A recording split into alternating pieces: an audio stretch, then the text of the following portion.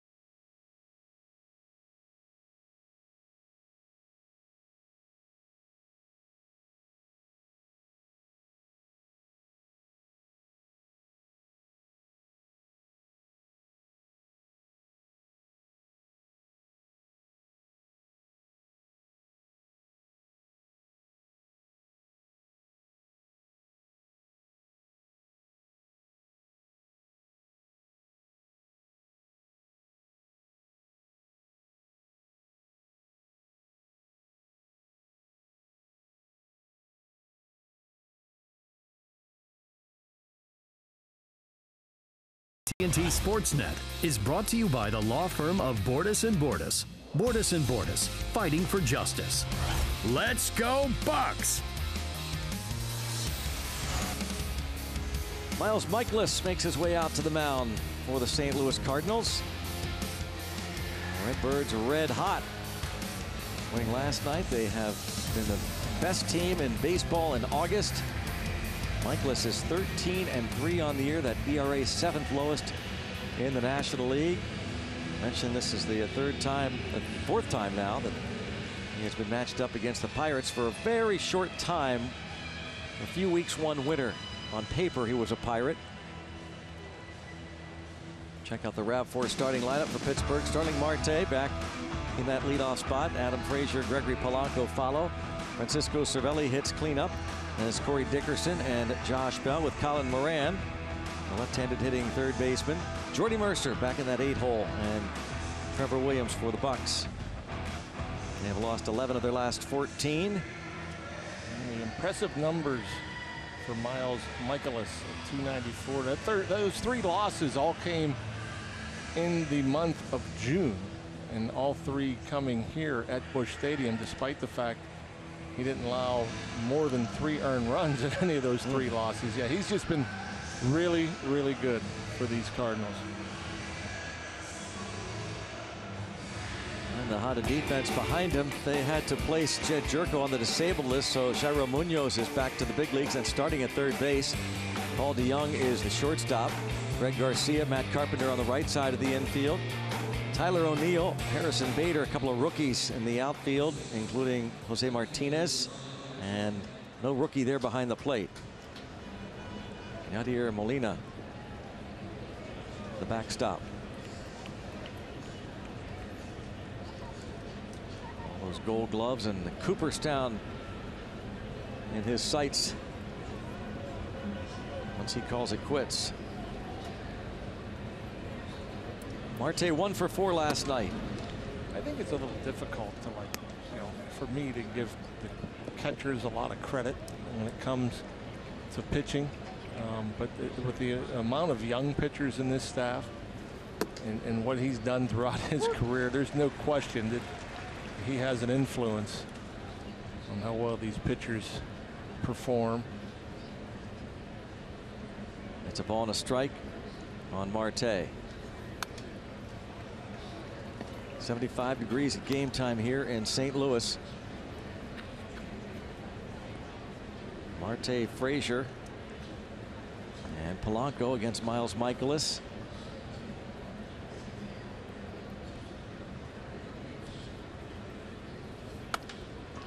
And a roller, and there's Munoz with a nice play. A pick on the back end by Carpenter.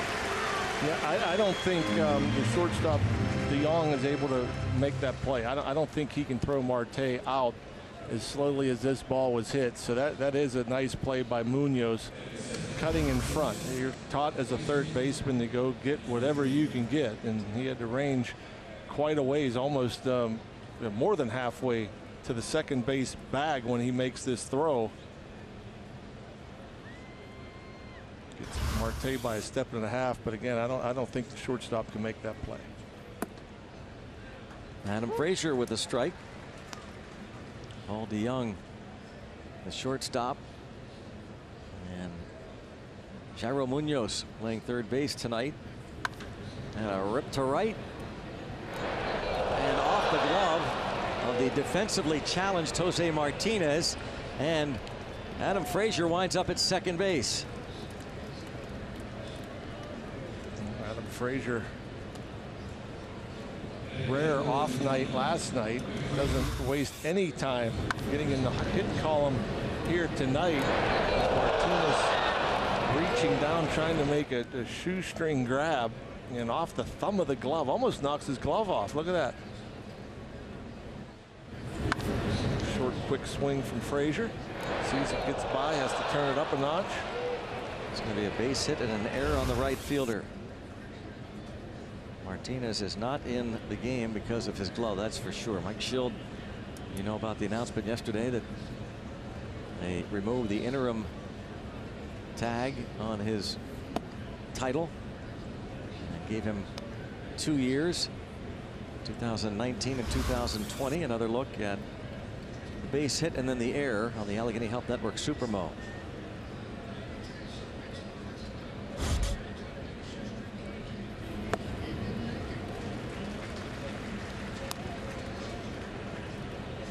Polanco has an 8-game hitting streak, or did, had it come to an end last night.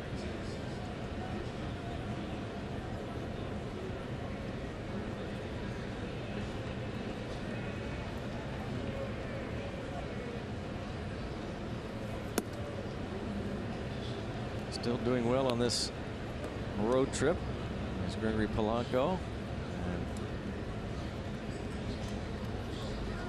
Trip, he has 6 hits and 17 at bats.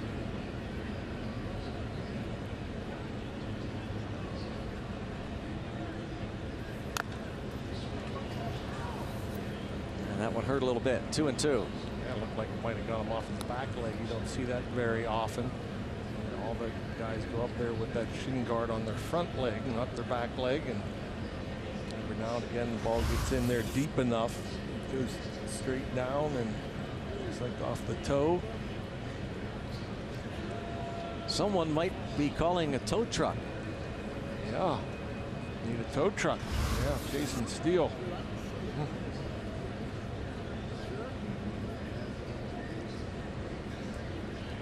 Our associate producer always talks about needing a tow truck in those situations. Alan Porter, the home plate umpire, buying as much time as he can. And now ready to go. Michaelis works quickly. He doesn't throw many pitches during the course of an inning.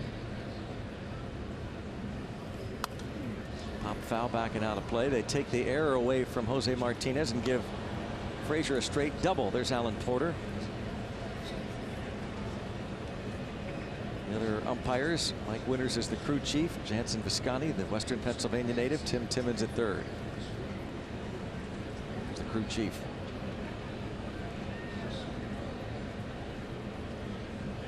Two and two on Polanco. And hit the other way. And over is O'Neill. And with just enough room, makes the catch in foul territory for the second out.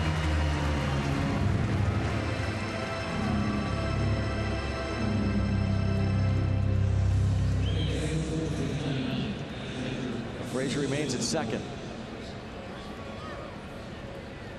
Brings up Francisco Cervelli. You look at some of Michaelis's numbers and, you know, opponent average, and you see stuff, fastball, slider, curveball for the most part. He'll throw an occasional changeup.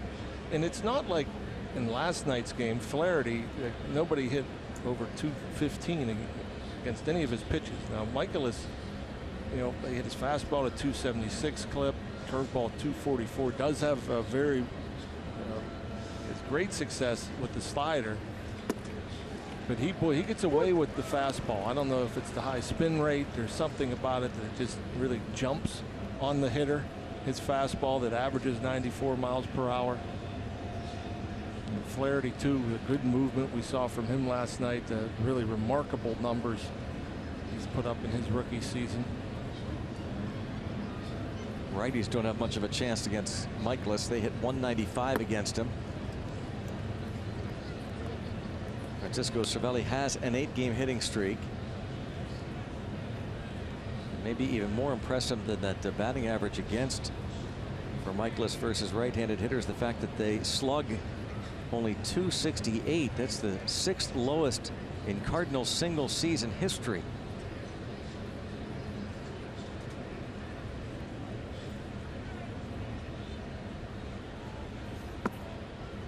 You know, you think just about any pitcher that throws a slider, when they hang it, a lot of hanging sliders go out of the ballpark. I guess the most remarkable stat that we have on Michaelis, he's allowed 1 home run off his slider this year. And that's why I think, you know, the numbers are what they are against righties.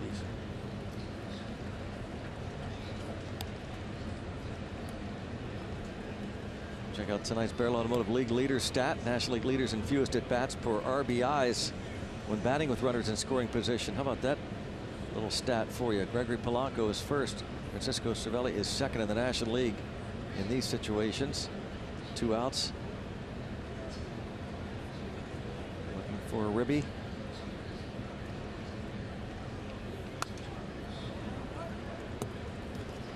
He battles Michaelis. Another foul ball. A couple of hits last night for Cervelli. Was on base 3 times.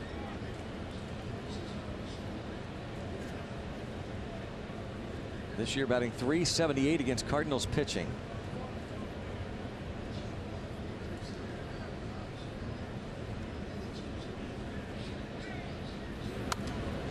And still 2-2. There you see that's a fastball, you know, right down the middle at 94, but you know, that ball has carry as it comes through the hitting zone, so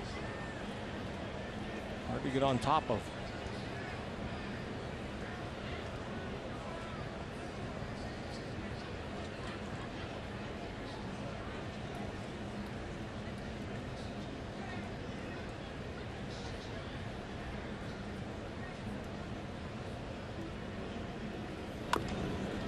Another foul ball off the foot.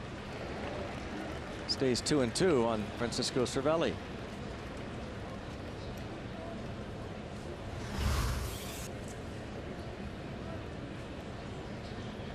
Gets him in the left foot. The more common of the 2 feet, so you get hit with foul balls. Bad enough you get beat up behind the plate, but when you're in the batter's box,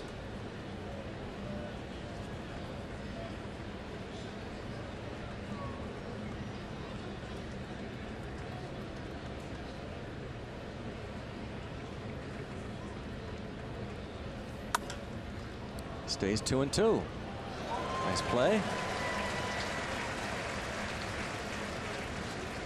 quick.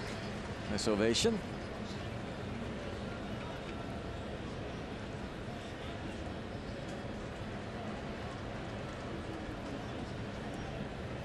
Pirates making Michaelis work here in the first.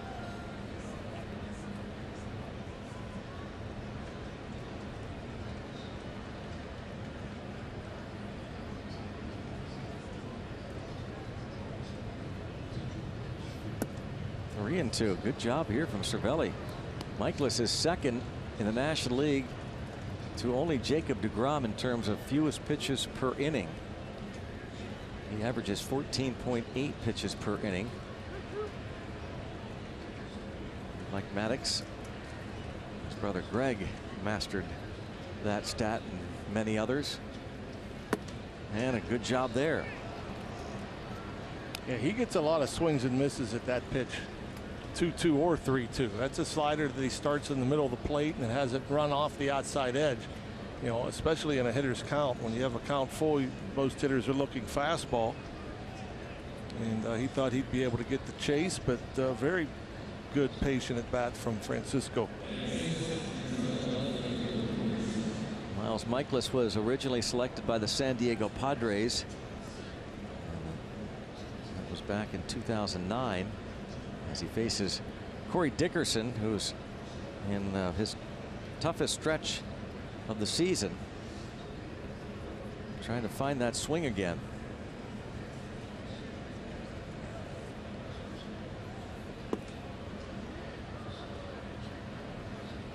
Dickerson hitless in his last 18 at bats.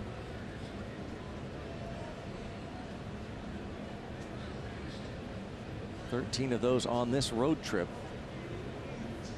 As he takes ball one.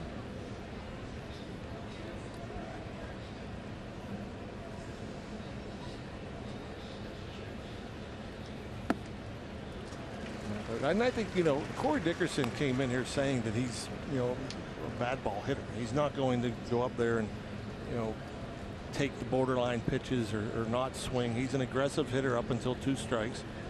At times a very good bad ball hitter. And I think when you're not swinging it or seeing the ball as well like he is now, I think that, you know, that could be a problem. That, you know, certainly when, you know, you could be in a 2-0 count, but you're in a 1-1 count. You know, when you're chasing these pitches that are going out of the strike zone, and I've noticed that a lot early in counts with Dickerson up there chasing that breaking ball that's out of the strike zone. I mean, he could be sitting there 2-0 or 3-0. You know, if he's not chasing that pitch breaking out of the zone. And when you're not swinging it, it's a lot easier to hit if you're sitting here 3-0 right now, knowing you're getting a fastball. Bounces this weakly, headed toward the middle. Nice stop made by the second baseman Garcia. He saves a run for the time being. Infield hit for Dickerson. Loads them up for Josh Bell. Yep, that hopefully will get him going. Finally, a base hit for Corey Dickerson. Just well placed. Wasn't hit hard at all. Certainly would have scored Frazier and moved Cervelli to third if that ball got into the outfield. Hard to imagine there have been many, if any, first inning trips for Mike Maddox when Miles Michaelis has been the starter. Though Michaelis lasted only 4 2/3 innings. His last time out 5 days ago at Coors Field in Denver, allowed 12 hits, 5 runs, 4 earned. A game the Cardinals would eventually win 7-5.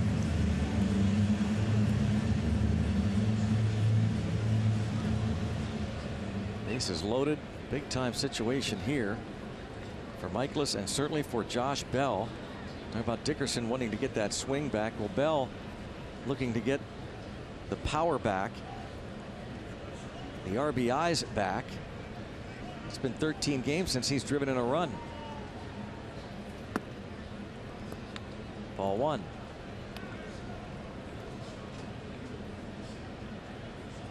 Here are the base runners, Frazier, Cervelli, and Dickerson. Frazier the double. Cervelli the walk, the infield hit for Dickerson.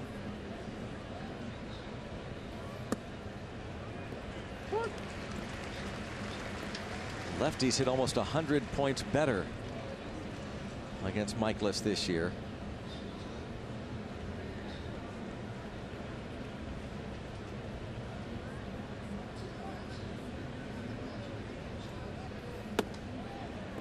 And it's 2-1. And a snap throw by Yadier Molina, casually really throwing it towards second. And back to second goes Cervelli. Yeah, you can't put your head down when Molina's back there, and you can see. Look at that. Cervelli. Man. Cervelli, though, he had his head pointed towards the veteran catcher.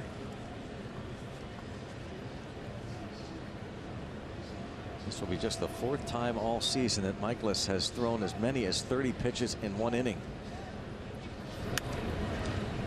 And you can see they're pounding Josh Bell in. You know, Bell did hit a double last night on a fastball in, and that usually is a pretty good sign that things are going to turn for Bell. When he's able to get the lower half through, get the hips through, and get that bat head out, usually means that, you know, the timing's much better. And in the air to center, and Bader is there. And the Pirates leave them loaded. A threat against Michaelis, but nothing yet. Trevor Williams takes the hill.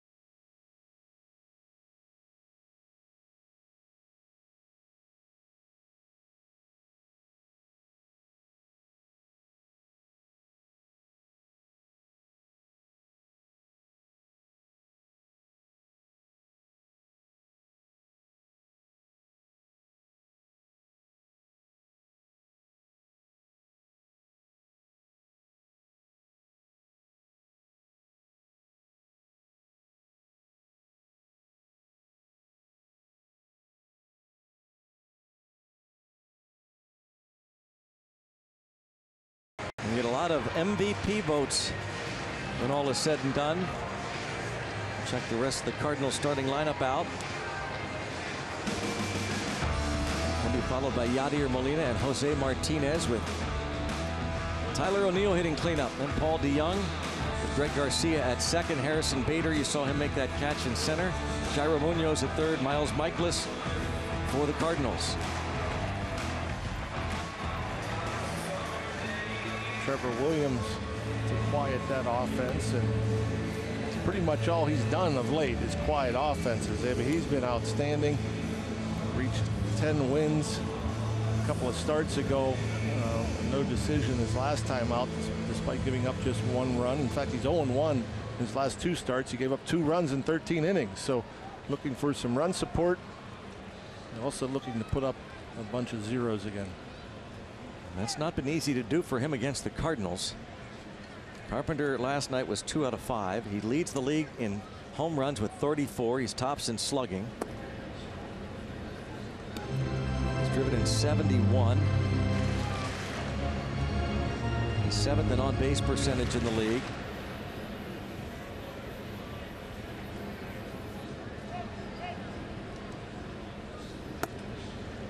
As he takes the strike from Trevor Williams.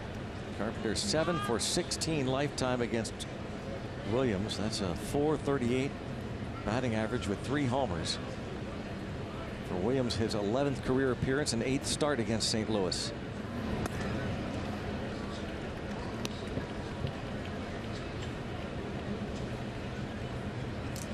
His last start, a no decision, 6 innings against the Braves, 2 hits. 1 run. He was lifted for a pinch hitter.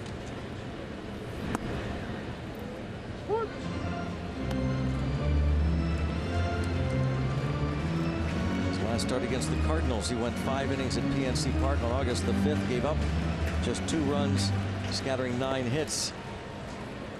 Jack Flaherty and the Redbirds beat him 2-1.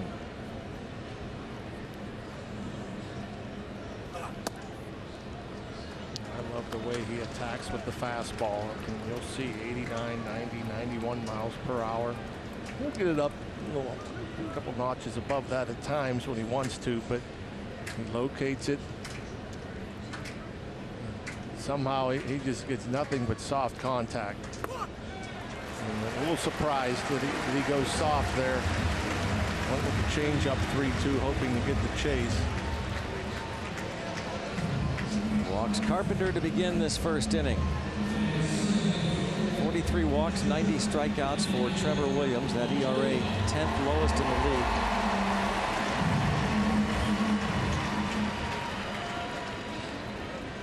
Yadier Molina. Last night 1 for 4.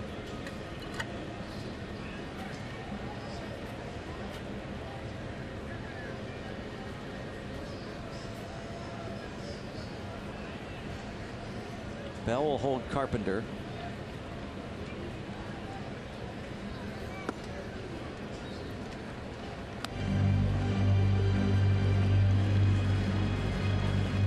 Quick look down to Jose Oquendo. See the career numbers for Molina against Williams.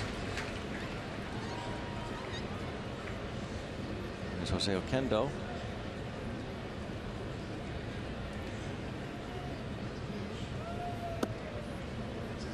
And a strike.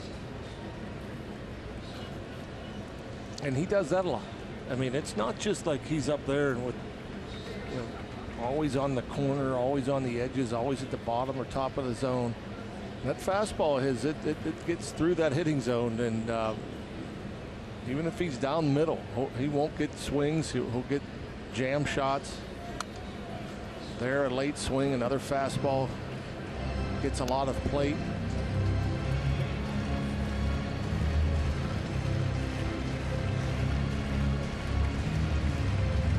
Ray Searage looks on.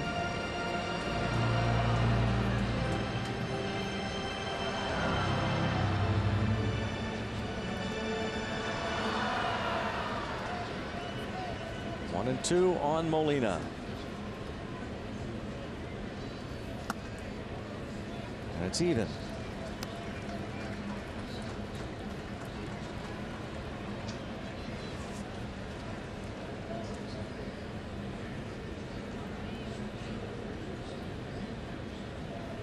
Just 4 runs in his last 7 starts.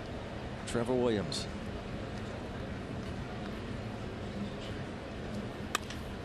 Line toward left center field. Marte will cut it off. Molina heading to second base. He is there with a double. Cardinals in business right away.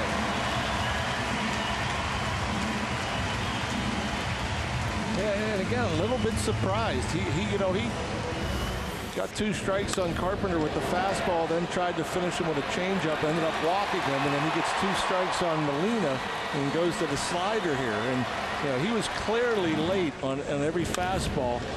Molina didn't pull the trigger on one, really late on the one he swung at, and then Trevor throws a slider in there, and Molina was all over it.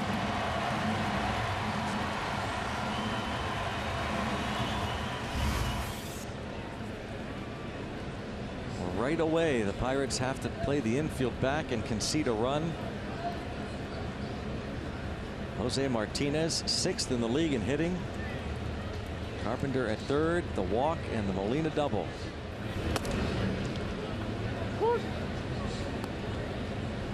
Martinez hit a line drive home run last night off of Ivan Nova with a man aboard in the first. His 16th.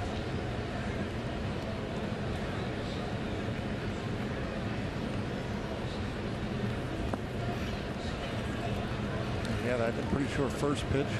Yeah. Fastball he hit was about 6-8 inches off the plate inside. Real pretty swing.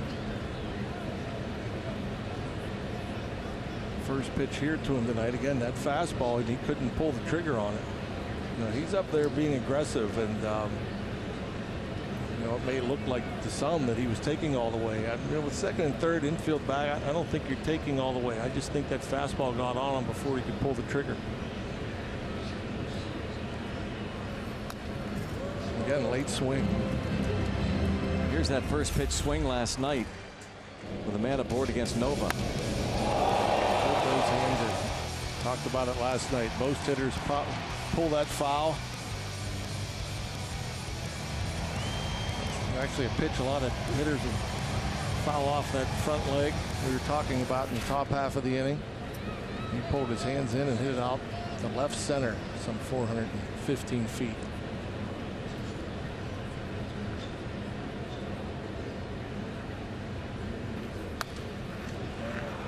Fastball up, fouled off to the right.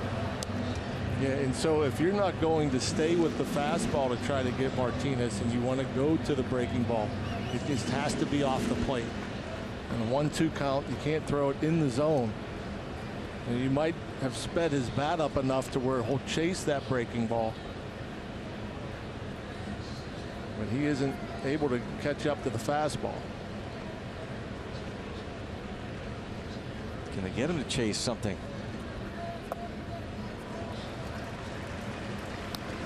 Not going to go after that pitch. 2-2. 6'7", 230 pounds. Jose Martinez. Quite a find by these Cardinals. Bounced around, played some independent league ball. Picked him up from Kansas City a couple years ago in a minor deal. Cash considerations. Still 2-2. And there are times there's some minor league guys that will put up big numbers in the minor leagues, but you know, for whatever reason they're labeled, never get a chance at the big league level. He's never really done a whole lot in the minor leagues. Not power-wise. Not really. But 10 home runs is 1 year in Omaha. He had 11 AA and AAA in 2016 combined with the Royals and Cardinals organization.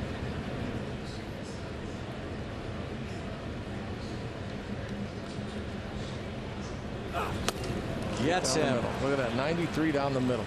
Good call, John, on that one. Stuck with a fastball, and he was late on it, right down the middle. Maybe that'll give Williams more confidence to stick with that. Not that he needs confidence, but maybe early on. You talked about the at-bat to Carpenter. Yeah, well, usually, and again, I just can't sit here and talk to Trevor Williams or sit there and second-guess Trevor Williams the way he's pitched. But when I see him at his best, man, he's just pounding the zone with fastballs the first time through the lineup. And then, you know, the guys, they go back to their dugout, their heads are spinning. There's a breaking ball. It's popped up to shallow center field. Marte doesn't see it or doesn't call for it, but Frazier does and makes a spectacular over-the-shoulder catch with his back to the infield, and Carpenter holds it third. Yeah, that's a bad base running, but that is a great defensive play by Adam Frazier. I mean, he had to go a long way, never could get turned around, backs to the infield the entire time. Marte, you know, was sitting there with his arms out, hoping to catch them off guard like he's going to catch it. But you see Carpenter there. If that ball drops in, he's scoring from third no matter what. And so for him not to tag is a big head scratcher for me. But that's a nice break and a great play from Adam Frazier. Phenomenal play by Adam Frazier. Put a few stars around that particular play. Steve Blass will put a circle around his scorecard. We'll put some stars around ours. Adam Frazier.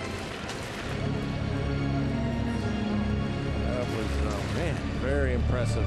You'll know, as you said, the whole time his back's to home plate. Full speed. Dead center over the shoulder. 77 feet with his back to the infield. That's how far he traveled to make that catch. 0-1 on DeYoung.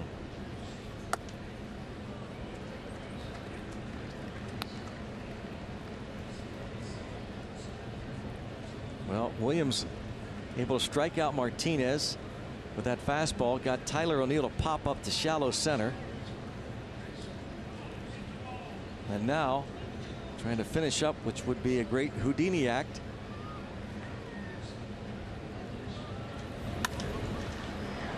Have a couple of strikes on him. Another fastball, middle of the plate, 91, late swing.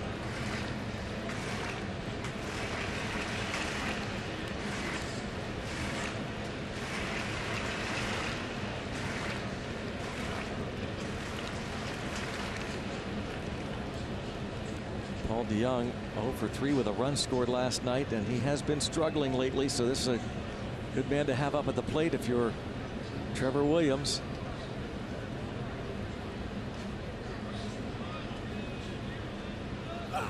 Got him, and it is indeed a great escape for Trevor Williams. Couple of punch outs, and in the middle of the 2 strikeouts, a sensational catch as out goes Frazier. 0-0.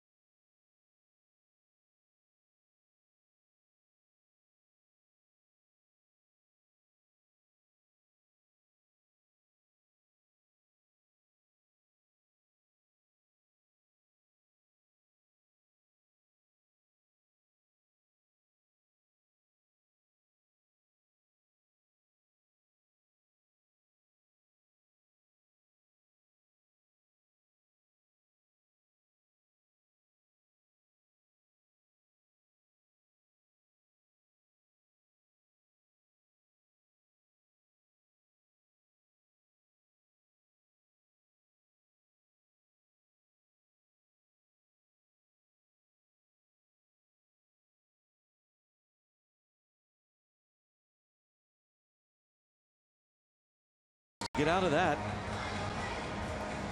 And go to the second. Here at Busch Stadium. And a nice look. Rained much of the day. Really cooled things off for us. And a nice setting here as Matt Carpenter set the stage, set the table, the walk, moved to third on the double. But he was stranded, as was Yadier Molina.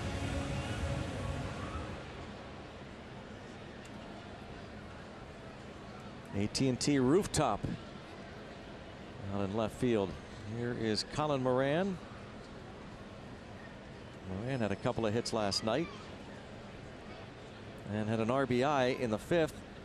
Unfortunately, he was thrown out trying to advance to second on the throw. Might have been a different outcome. Yeah, there's times like on that particular play where you'll trade an out for a run. You know, if you think it's going to be a bang play, or If you're running and you're getting around first base and you pick up the throw, you know it's going to miss the cutoff man. You should be able to get there safely. But you don't want to make that out. I mean, there was no chance of them throwing anybody out at the plate.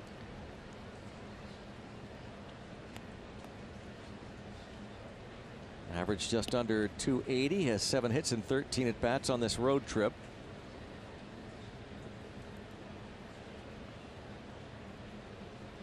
And as we mentioned in the first inning, left-handed hitters a much better chance against Michaelis, though he fans Moran to start the second.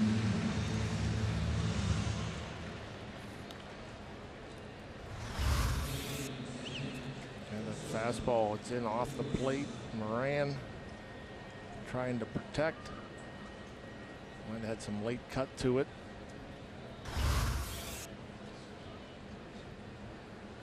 Michaelis out of Nova Southeastern University. Born and raised in Jupiter, Florida, as Jordy Mercer, fresh off the disabled list, takes strike one. Activated today, left calf strain, had him on the DL, and the Pirates have designated for assignment Sean Rodriguez.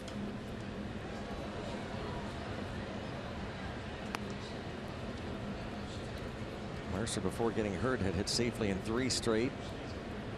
Last 6 games was 6 out of 17.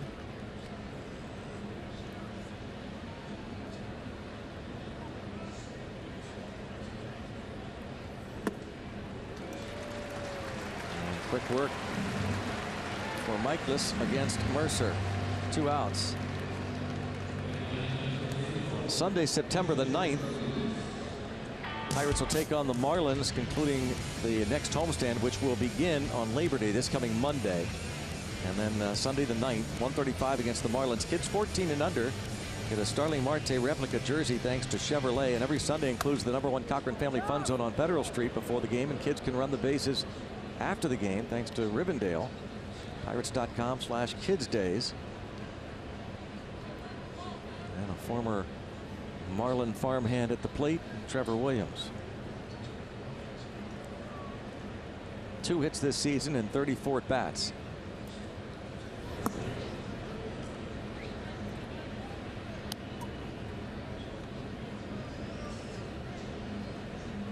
Two outs, no one on.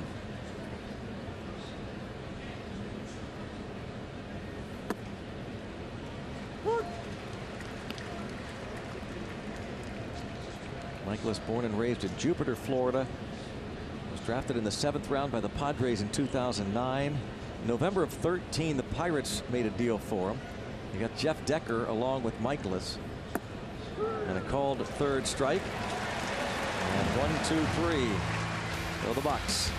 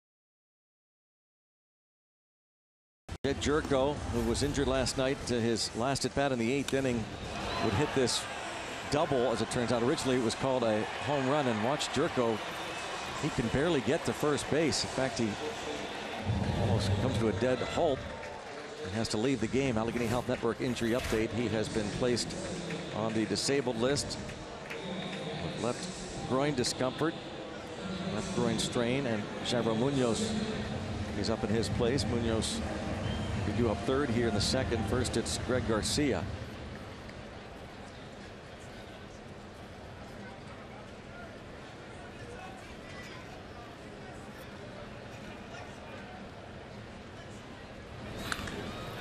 He drives one to center, back toward the track. Marte. One pitch, one out. Another guy on the disabled list, Colton Wong, placed on the DL yesterday by these Cardinals. But they don't expect it to be very long. And there'll be all kinds of movement, by the way, starting on Saturday when rosters can expand. It's the time you see a bunch of moves. Guys going on the DL the past few days. Won't be long before he returns. Playing some stellar defense. Some think he'll win a Gold Glove this year.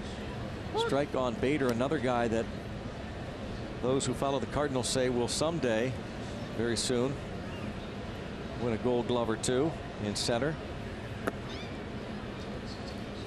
And we were talking on the radio side last night that he will give Jim Edmonds a run for his money in terms of showmanship. He likes to give the crowd a thrill. A lot of diving. 1 ball, 2 strikes on Bader. Big time talent. 1 for 3 last night. Yeah, he can run. I know that. He's got some pop. Definitely has some showmanship. Wow, how about that strikeout? Pitch up around his neck. And he also does that a lot. Third K for Trevor Williams. One of the most unusual strikeouts by a position player you'll see. Again, this fastball, I think guys have a hard time picking it up, and it just gets on them. And I don't know if he ever saw it.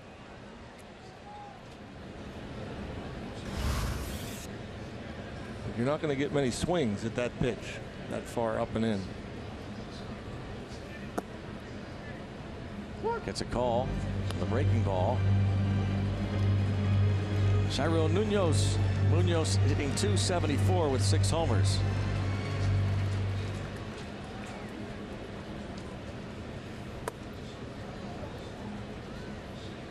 He's got both sides of the plate covered those first 2 pitches.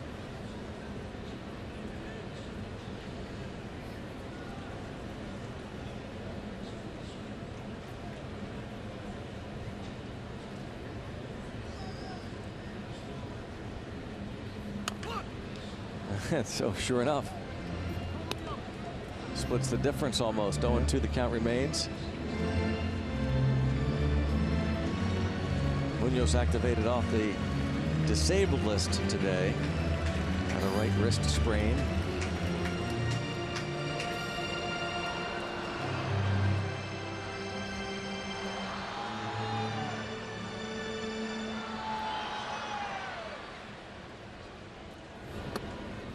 I figured he'd try it again. Got a swing and miss on it, batter before. Let's go up and in.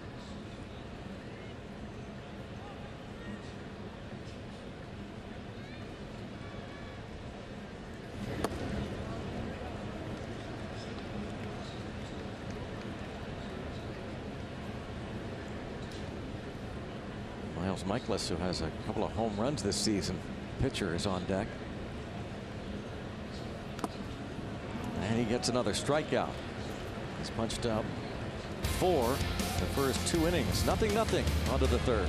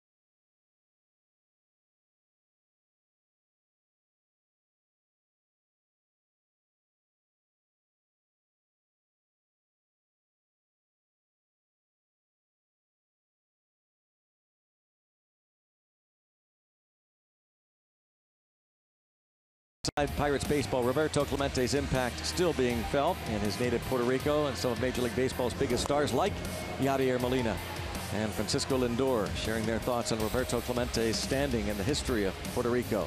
That story and more, plus top plays debuting this Saturday after Pirates postgame. There's Yadier Molina, proud Puerto Rican. The Cardinals and the Pirates playing the second game of the series. The Pirates won the first 4 games of the season series, but the Redbirds have won now 8 of the last 10 games played between these two clubs. Top of the order, Starling Marte.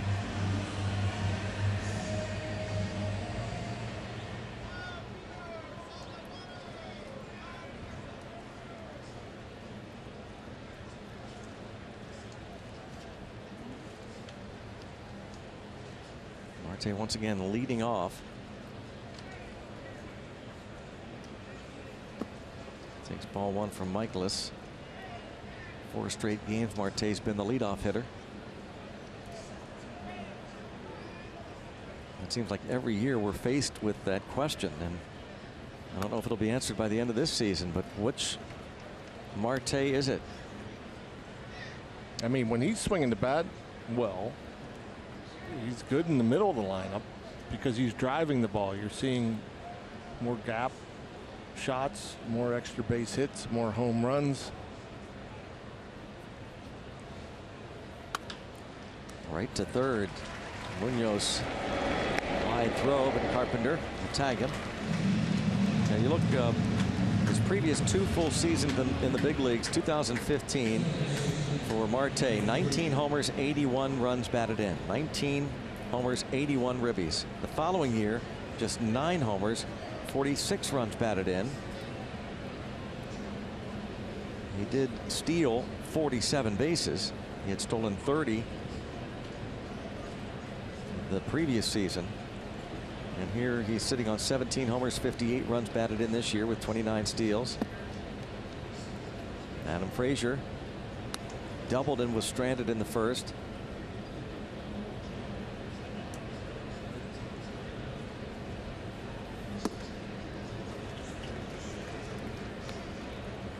Rare chase early in the count. That 2-seam fastball running off the outside edge.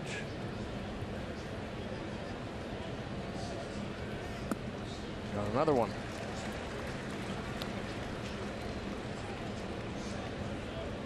Nels Michaelis, we said, spent just a little bit of time really on paper with the Pirates when they traded for him and Jeff Decker from the Padres in exchange for outfielder Alex Dickerson.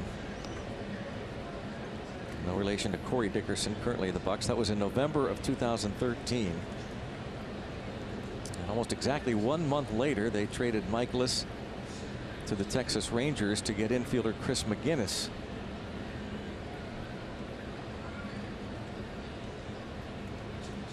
I don't believe McGinnis spent any big league time with the Pirates. Jeff Decker did. And Michaelis bounced around, spent a little bit of time in the big leagues with the Padres. 25 relief appearances in 2012. Cup of coffee in 2013. With the Rangers, he made 10 starts. In 2014, had a 6.44 ERA, and then signed to pitch in Japan. Spent 3 years there.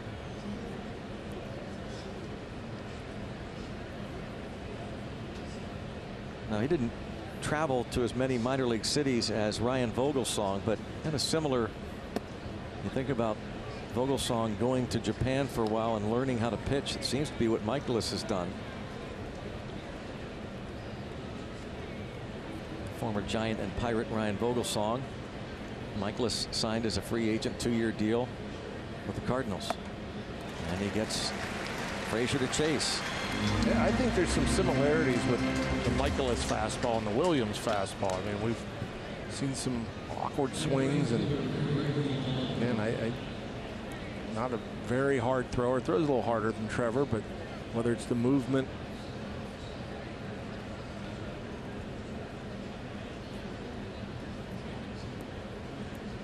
Gregory Polanco fouled out to left fielder Tyler O'Neill in the first inning. I'm guessing Alex Dickerson's out of baseball, huh? I haven't seen his name. Base hit the other way. Yeah, I'm looking him up now because second or third round pick, I think, of the Pirates when they traded him. And he's an IU guy. Oh, now I think an IU guy, and I'm like, such curiosity over Alex Dickerson. I did not realize that. What's going on? He's an IU guy. Yeah. Wow. And yeah, he hasn't played since 16. I don't know if that means he's been hurt. So did you know Alex Dickerson at all? No. A couple of IU products. Alex Dickerson and John Wayner. Here's Francisco Cervelli. Had an extended at bat, drew a walk. Tommy John surgery For the outfielder, Alex Dickerson. Yep. So he's not out of baseball. He's just recovering.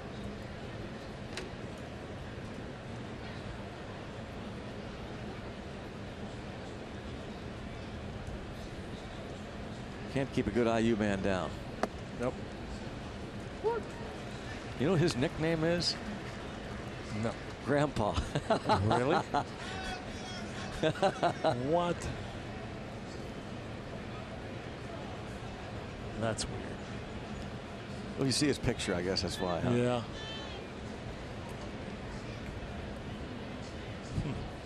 Little like Grandpa.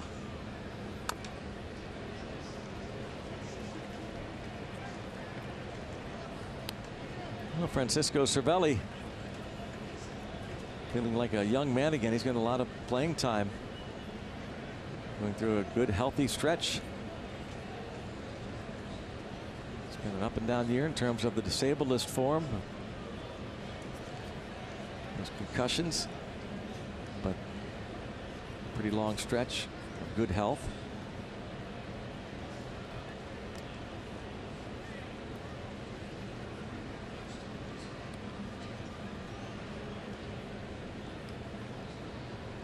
Polanco, the base hit, on there with 2 outs.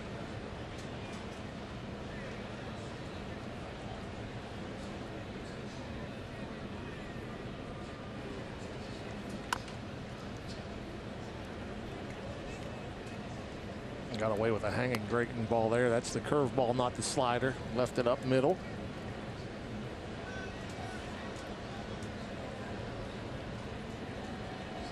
Playing in Yomiuri of Japan, went 14-8 last year.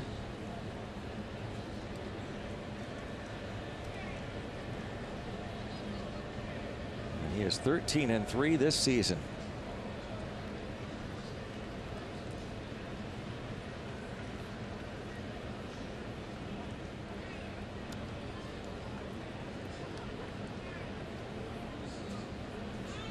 He's done a pretty good job containing the running game. And I guess you could say that about just about every Cardinals pitcher when Molina is catching. He plays such a big role in that. And that'll do it. 5 strikeouts for Miles Michaelis.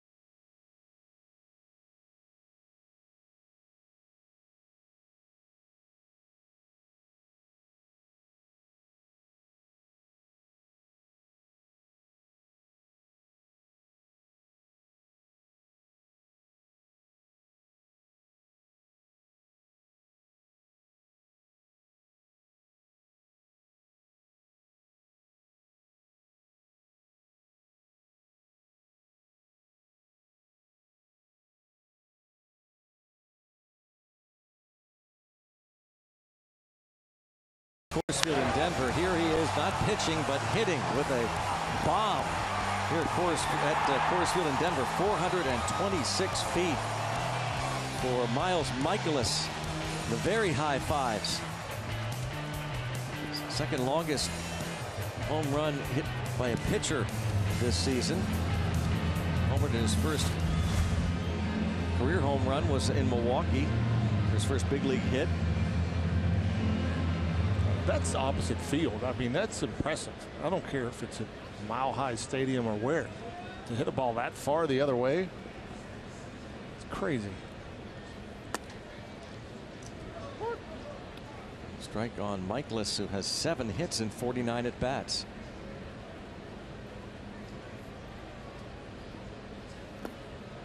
Beard is gone since that home run was hit. Oh, just the stash these days.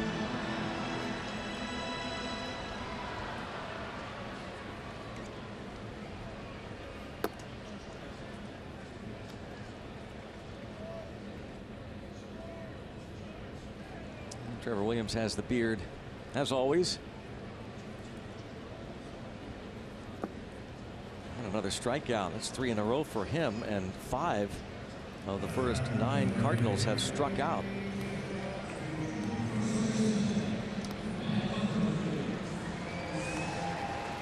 Trevor Williams will go through the lineup a second time here in this 0-0 ball game. Now in the third, he walked Matt Carpenter.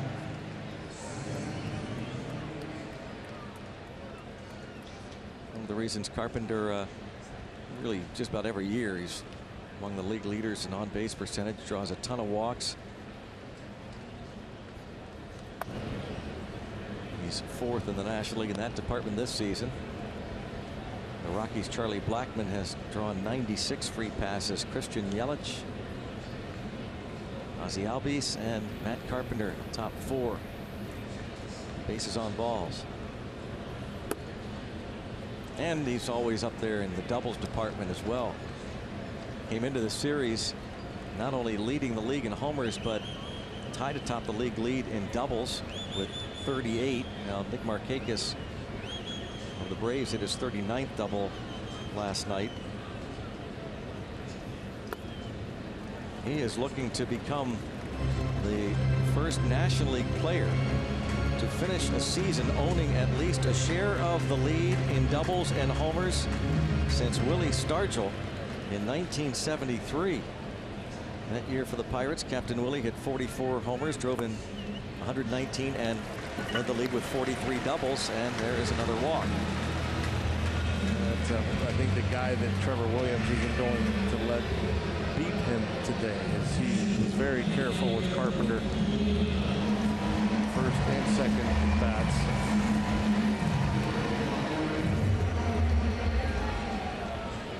A 1-out free pass. Here's Yadier Molina. Doubled into the left center gap following the walk to Carpenter in the first.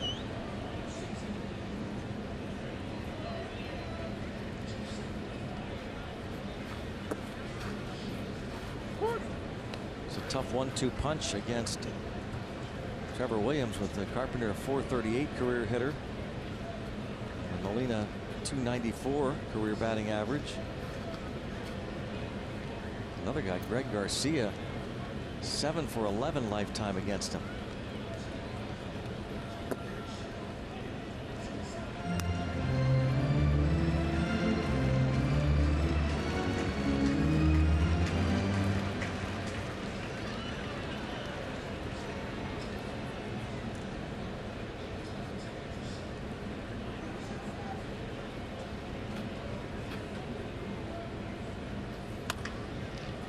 Just foul.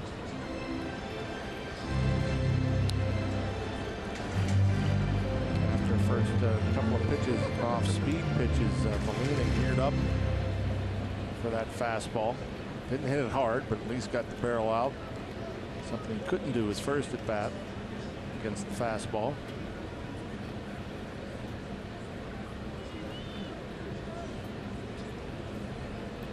One ball, 2 strikes, 1 out. Fastball.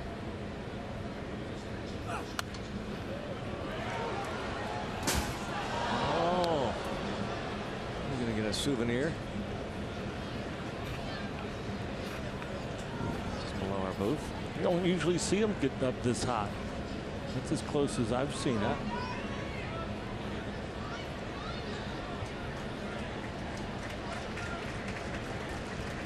Bob and Joe on the radio side.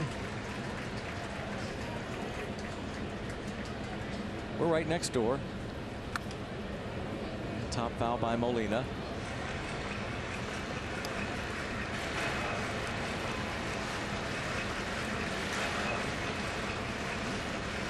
Well, if you can get Molina to hit the ball at the ground to an infielder, it's almost automatic, but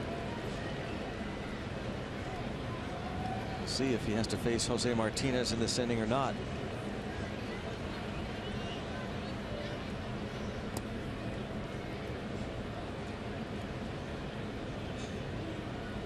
Trying to keep Carpenter close.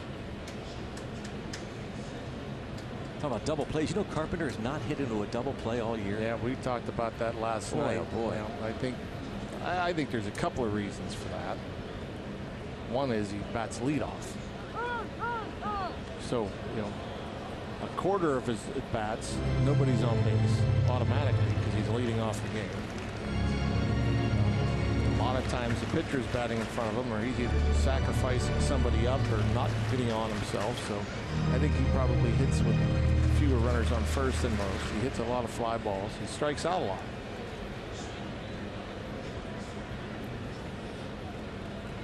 And this guy, Molina, yeah, hit his fair share of double play balls.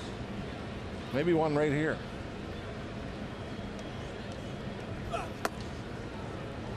Two and two.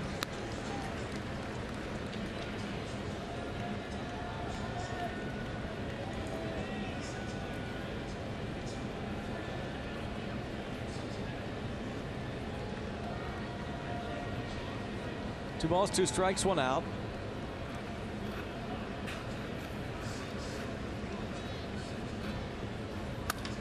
And there's a ground ball.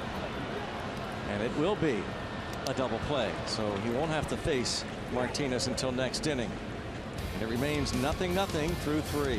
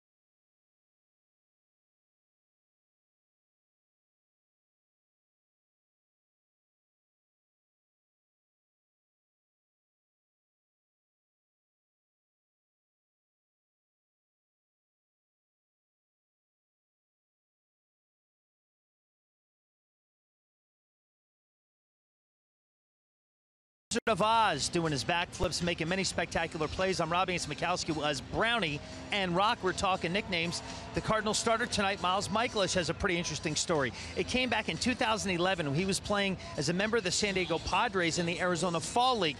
He once ate a live lizard when he lost a bet, so his teammates nicknamed him the Lizard King. So Miles Michaelis got the fancy mustache and all the other good stuff, but if you go up and say, hey, Lizard King, there's a good chance he might answer you. There is video out there on the interwebs of him eating this live lizard. I actually tried to get him to comment about it. He doesn't want to talk about it anymore in terms of doing media availability on doing it, but it's a pretty funny story if you find it. The Lizard King, Miles Michaelis here tossing to the Pirates. Rock and Brownie. Yeah, and Robbie, if you have a weak stomach, do yourself a favor and don't watch. It's pretty gross. Lizard King, Jim Morrison is turning in his grave. Stan the Man.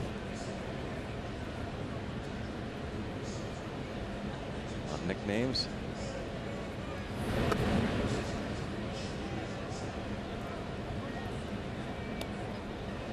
One ball, one strike on Corey Dickerson. Infield hit, was stranded in the first.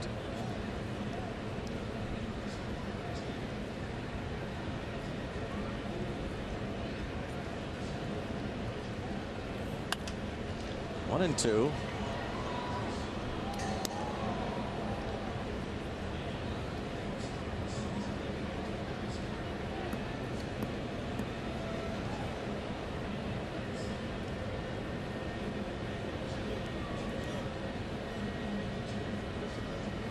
Followed by Josh Bell and Colin Moran here against the Lizard King, and a bouncing ball and picked by Munoz.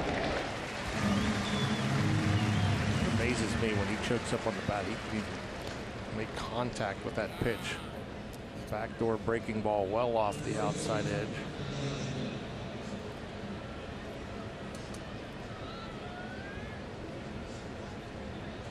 He's 1 for 2. First out, the biggest out of the game for Michaelis was retiring Josh Bell in the first inning with the bases loaded. Got Bell a fly out.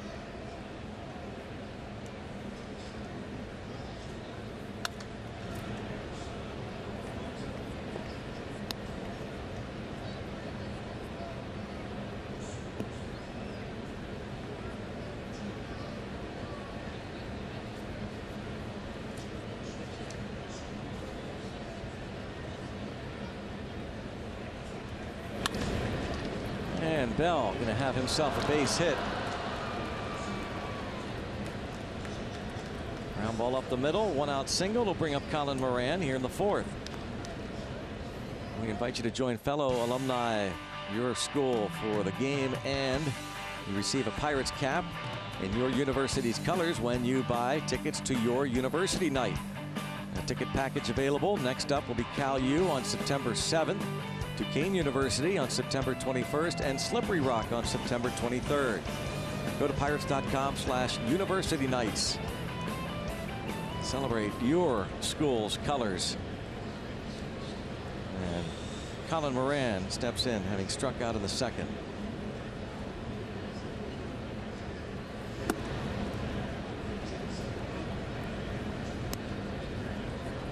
IU guy there. IU? Jansen Visconti, I'm sorry. Cal U? No, Cal U.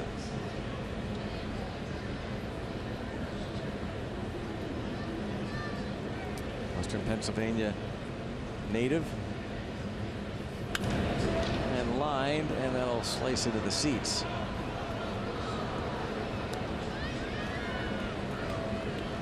One ball and one strike to count on Colin Moran.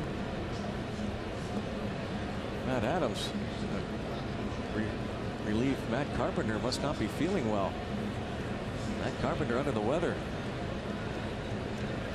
That's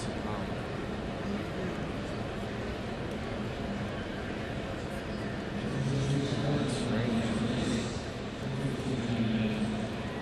Don't see that very often. Oh. And then Slippery Rocks. Matt Adams.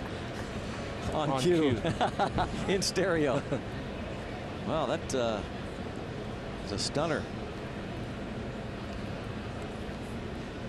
Carpenter was obviously under the weather. Stomach flu of some sort, so Matt Adams comes in for him.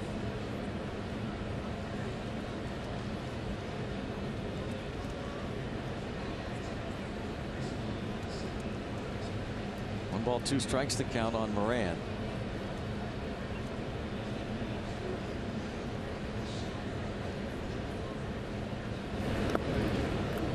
Blocked there by Molina.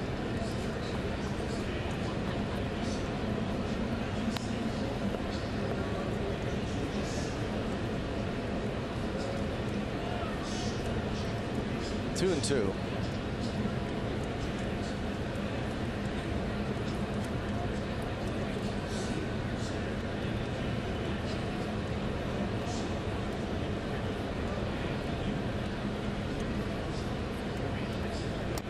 This offense trying to get in gear once again, and look at some of the individuals on this road trip. Not all that bad. Bell getting a few at bats. 286, and there's a double play ball. Adams tested right away, comes off the bag to tag Moran, inning-ending double play. 0-0.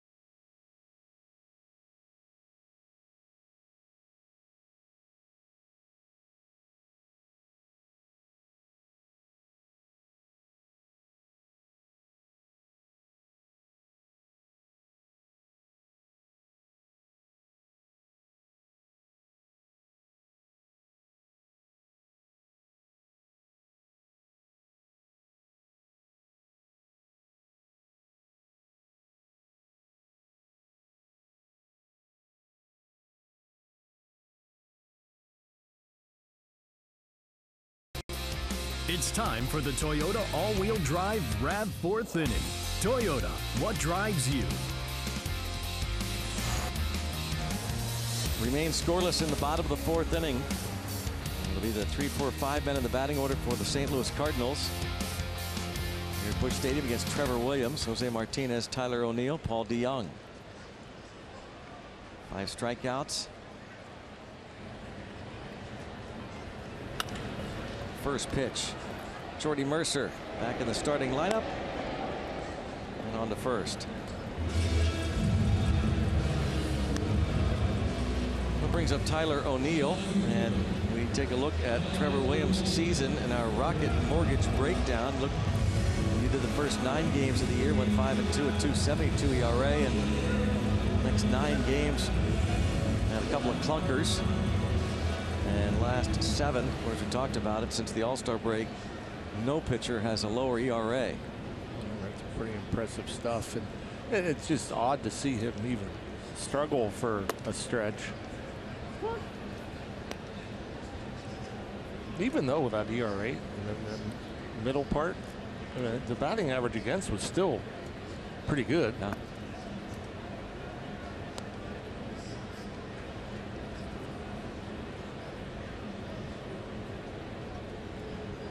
Ivan Nova gave a couple of 2-run homers last night. He wasn't happy with himself. 1-2 the count. This rotation, this pitching staff has been a real bright spot in general. Going back to the 7th of July, Pirates ranked 2nd in the National League, 3rd in the big leagues with a 3.29 ERA. Only the A's and Dodgers have lower ERAs since July the 7th.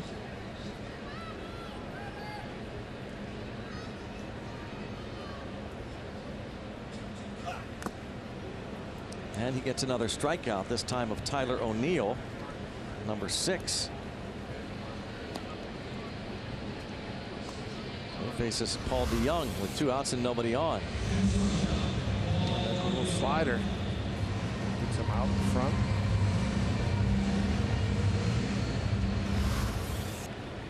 Not a high strikeout guy by any means. Trevor Williams, most nights less than a handful of punch outs, but he has 6 already. His season high this year, 7.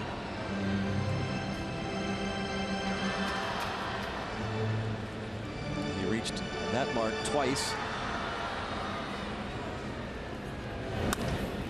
Toward the left center gap, and it'll get down. Marte cuts it off, fires towards second base, and he not able to get him as Frazier can't hold on.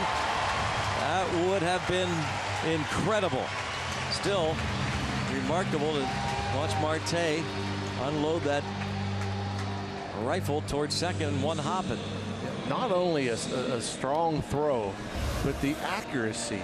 You know, watch when this ball comes down. It's not only on the bag, it's like right there. I mean, you couldn't ask for a better feed, and it was the force of the. It wasn't a drop as much as the glove came down on the foot of DeYoung, and that kind of kicked the ball out of Frazier's glove. But that was an absolute perfect throw.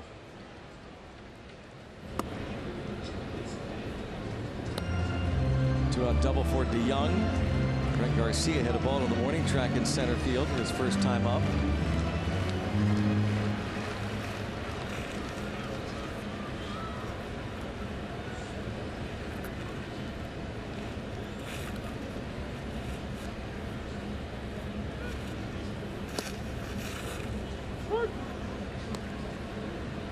Good strike zone from Alan Porter for the pitchers.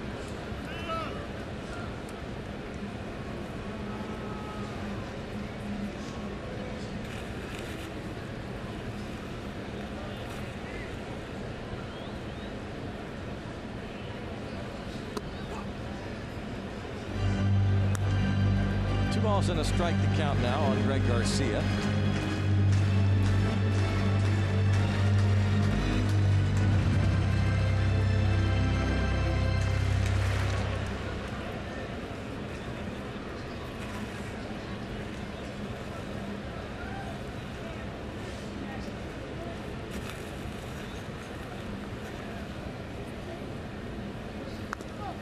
Two and two. We want to send along our very best for our buddy Chick Dillon. 91 years old. Chick watches all the games. And recently he and his wife Patricia celebrated their 70th wedding anniversary. Chick Dillon recently honored in Altoona, a World War II veteran. Great Pirates fan. Great to have you along, Chick, once again.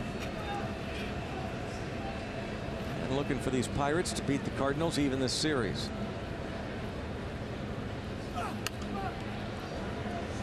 Garcia making it tough, as that one was pretty much down the middle. Just barely gets the bat to it off the fists.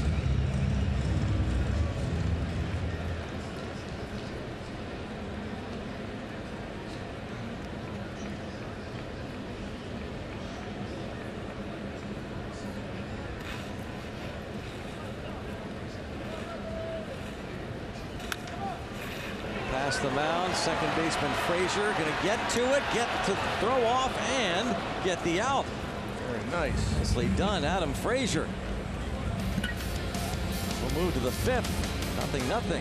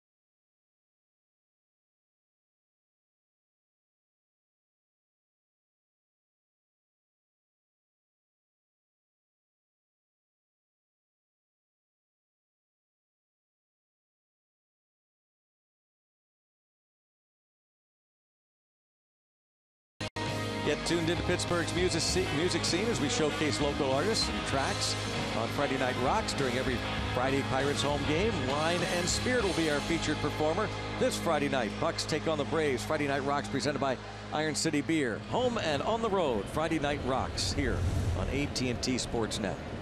0-0 game in the 5th. Jordy Mercer leads off, followed by Trevor Williams against Miles Michaelis.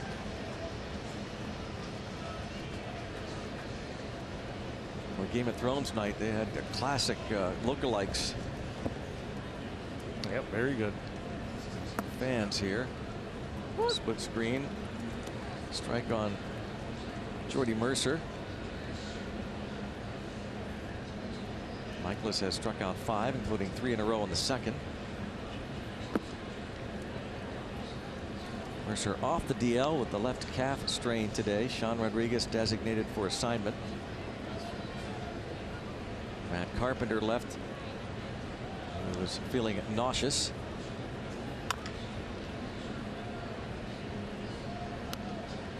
One and 2 on Mercer. Playing these Cardinals again tomorrow night. Then on to Atlanta against the Braves for a weekend series at SunTrust Park. Pirates return home on Labor Day. 1:35 start on Monday against the Reds.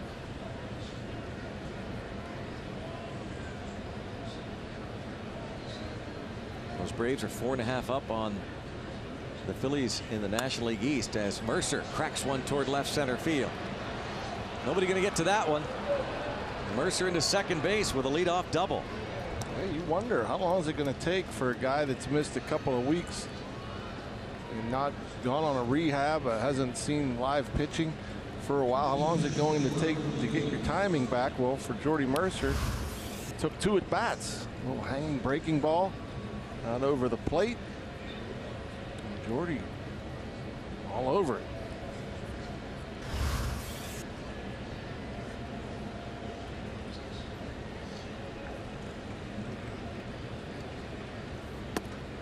Williams going to try and bunt him over, but misses that. He does have 4 successful sacrifice bunts.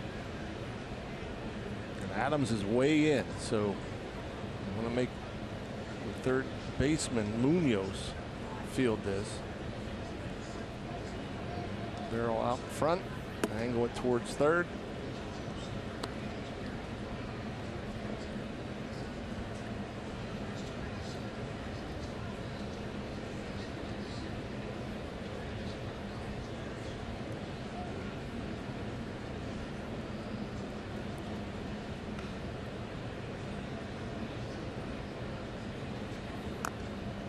Bunts it foul.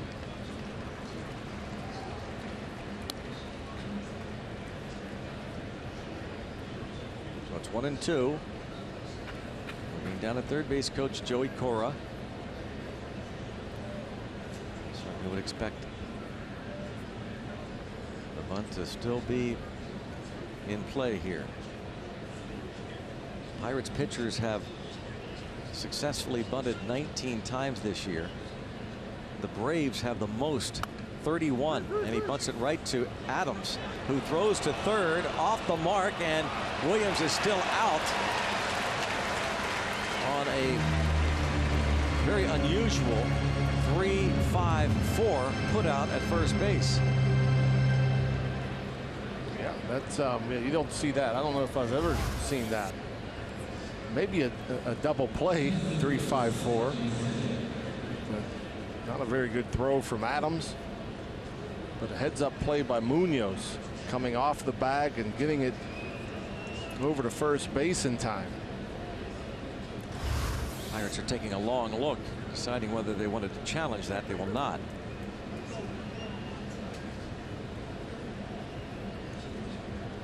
Munoz gets the assist. Sacrifice goes 3-5-4. Infield in this scoreless game, and now up to Starling Marte to give the Pirates the lead.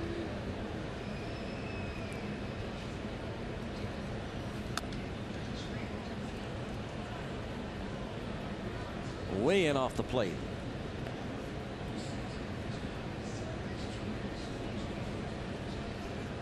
both teams in this series so far, for whatever reason, I've seen more swings at fastballs way off the plate, in or out, than you normally see. Could be movement. Another one well off the plate inside.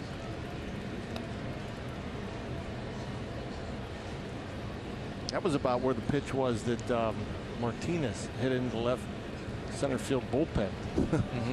Way off the plate about that much. That last one that Marte fouled off. Jose Martinez. Michaelis now out in front, 0-2.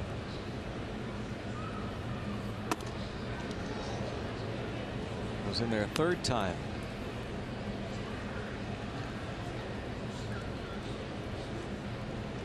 Sixth career appearance, fourth start against the Pirates.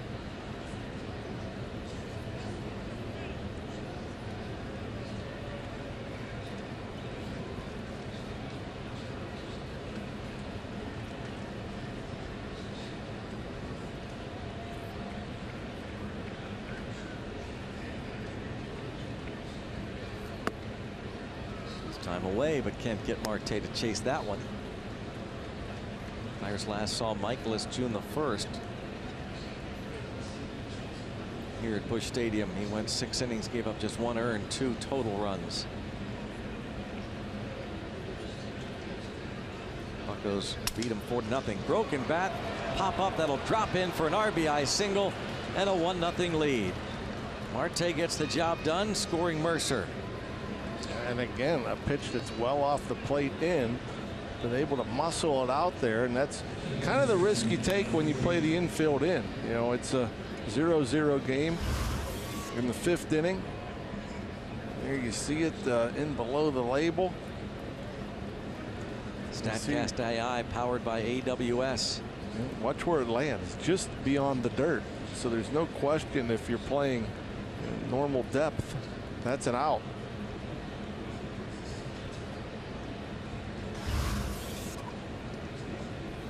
Adam Frazier now 1 for 2. Trevor Williams has a run. Marte, his 59th ribby.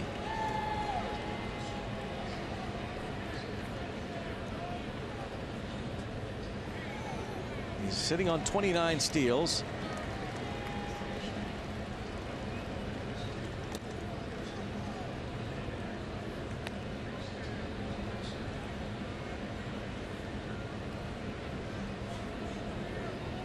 Mike Schild.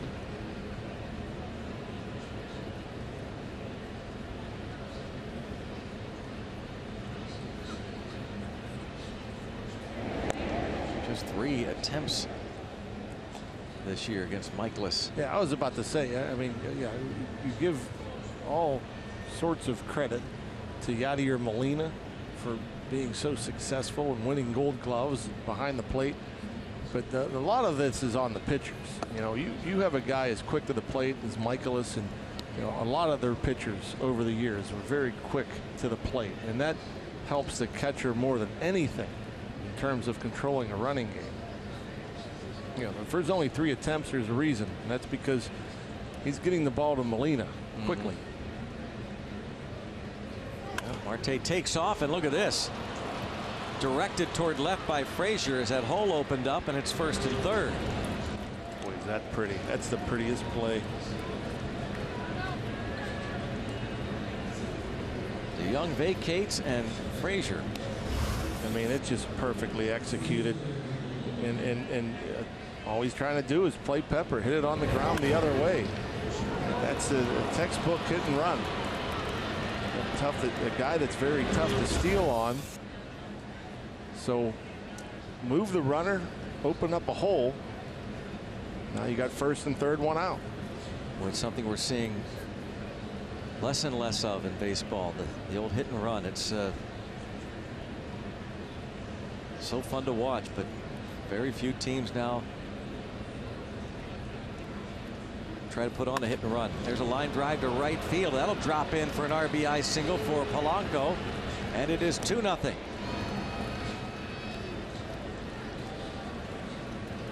Gregory Polanco, single to left field his last time up, rips one to right. 74 RBIs for him. Go get it done. Well, just a pretty swing. That's a fastball up middle. Well, actually enter third. Thought it was middle. Look how quick and direct he is to that ball. I mean, there's no extra movement. It's just a short, efficient swing from the big man.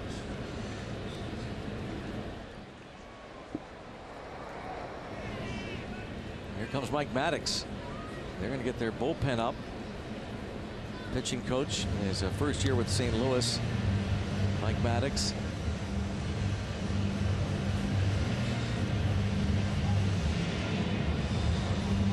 Michaelis says, I prefer you don't touch my shoulder. Most times that's kind of a signature move by Mike Maddox. He puts that right hand on the left shoulder of the pitcher. I've never not seen him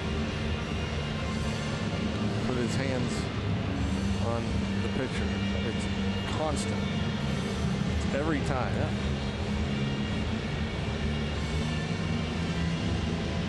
That'd be a weird feeling for Mike Maddox to go out there and not do that. Michaelis said, Michaelis said, hey, Dad, don't touch me. Don't you touch me. From Stripes, right? John Candy? No, yeah. You see Stripes? Oh, yeah. You touch me? I'll kill you. I'll kill you. Lighten up, Francis. And Francisco Cervelli takes a strike. And questioning Alan Porter.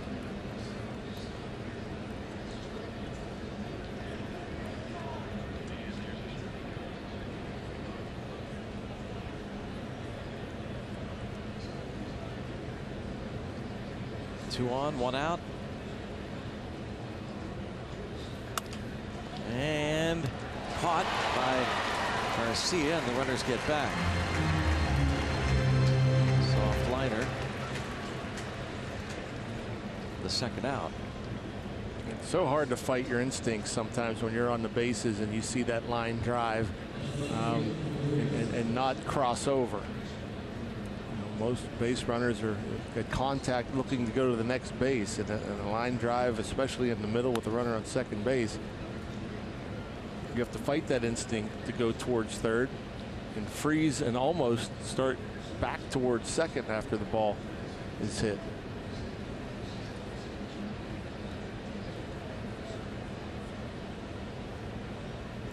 Dickerson 1 for 2.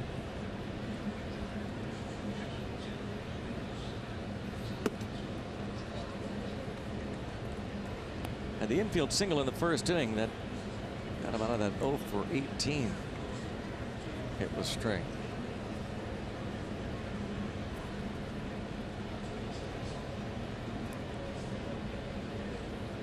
Pirates have Miles Michaelis on the ropes here in the fifth inning.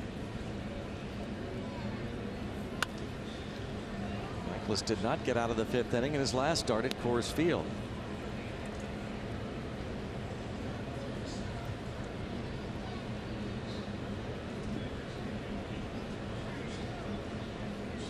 First time out this season against the Pirates at PNC Park. He went 7. Gave up a couple of runs. That was at PNC Park. Again, the Pirates won in 11 innings. He went 6 his next time out. Beat the Pirates on May 27th. And he was shut out by Jameson Taillon and the Pirates on June the 1st.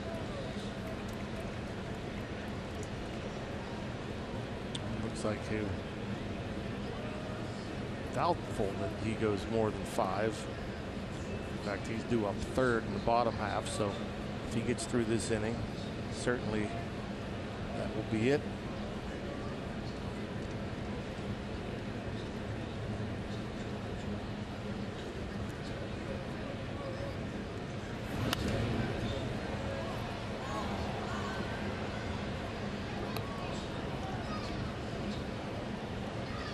Corey Dickerson has 46 RBIs this year. A hit in this situation should score Frazier and would likely knock out Michaelis for the night. Last 8 games here at Busch Stadium, Corey Dickerson hitting .387, the home of the Cardinals.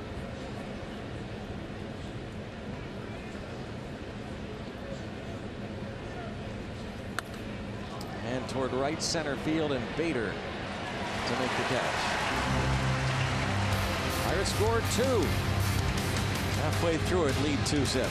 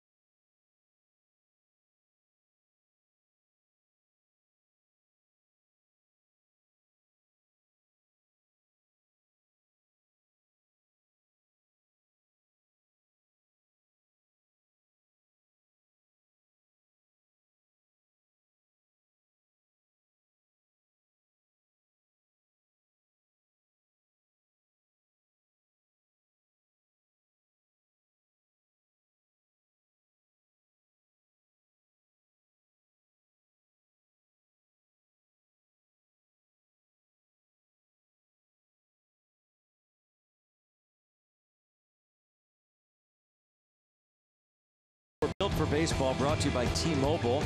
And the first inning, Trevor Williams get out of a jam, strikes out Jose Martinez with runners at second and third, nobody out. Then Tyler O'Neill, this ball to shallow center. Great play by Adam Frazier, strikes out Paul DeYoung.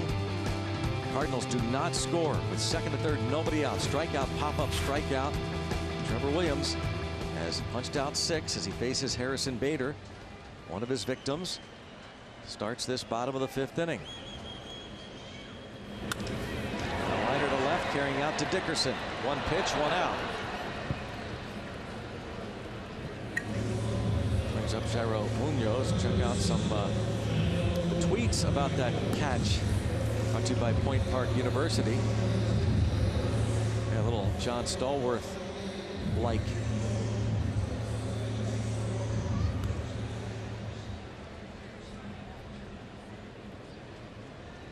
Very nice catch for sure. Yeah. A little cheat sheet. A lot of players these days do that.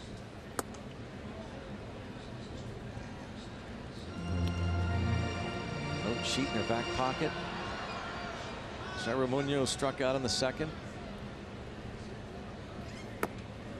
Free strike offered up to Trevor Williams after 1 pitch, 1 out on the Bader liner. But missing with the first 2 here to Munoz.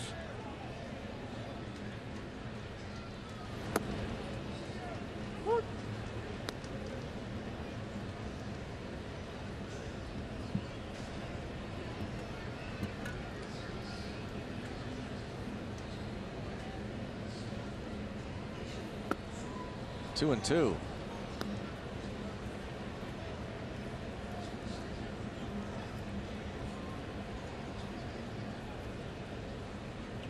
Assuming Michaelis would be pitched hit for, but I guess with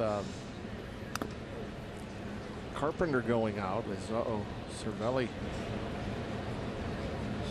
fouled the ball off his foot as a hitter. Now looks like he may have gotten another one.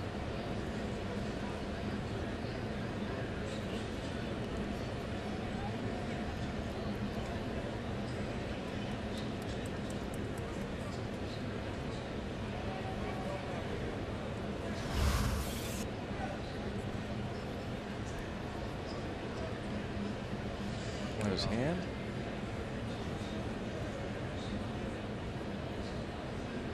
Yeah, I thought it was a left foot.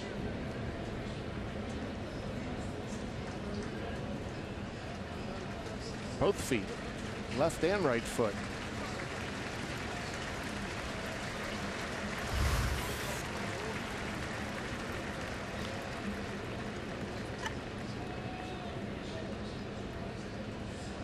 Looks like he's going to stay in the ball game.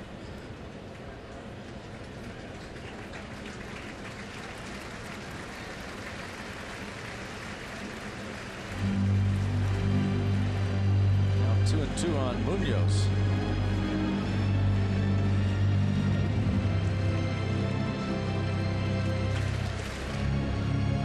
With one out here in the fifth.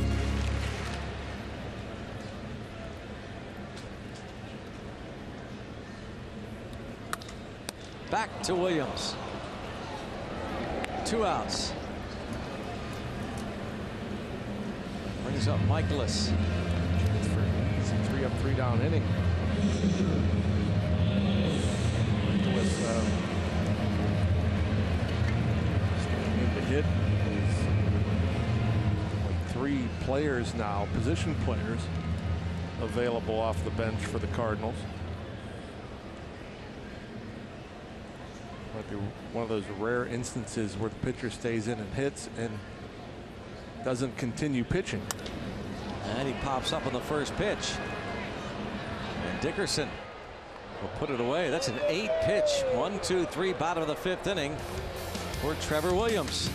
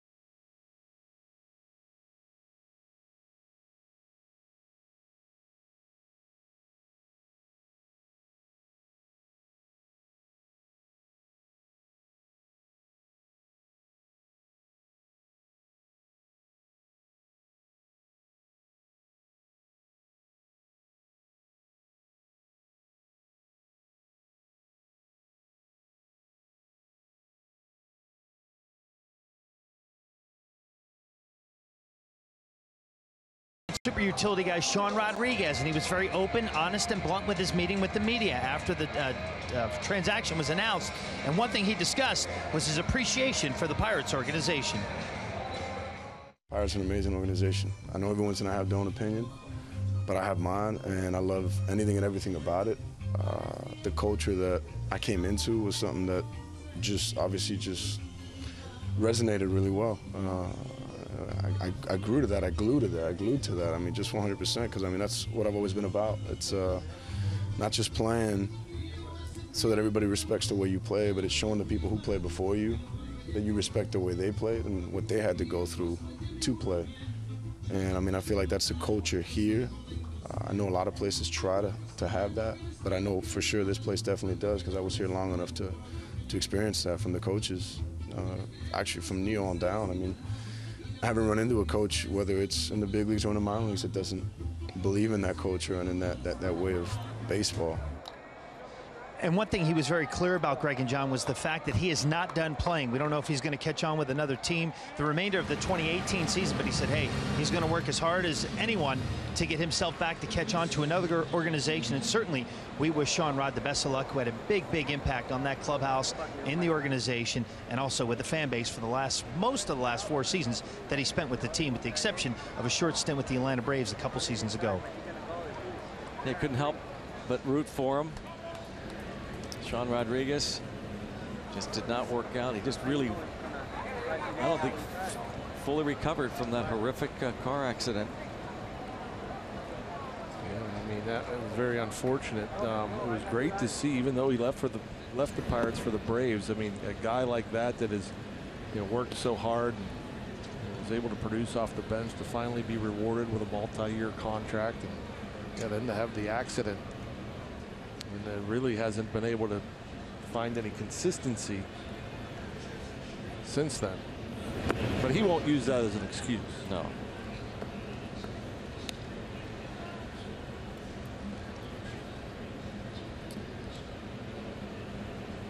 His dad, Johnny Rodriguez, is still managing in the Cardinals system. In fact, he manages the AA Springfield, Missouri club. After Josh Bell flies out, Colin Moran faces Jason Shreve and lines the base hit to left. Let's go back to the studio. Rob King has this game break.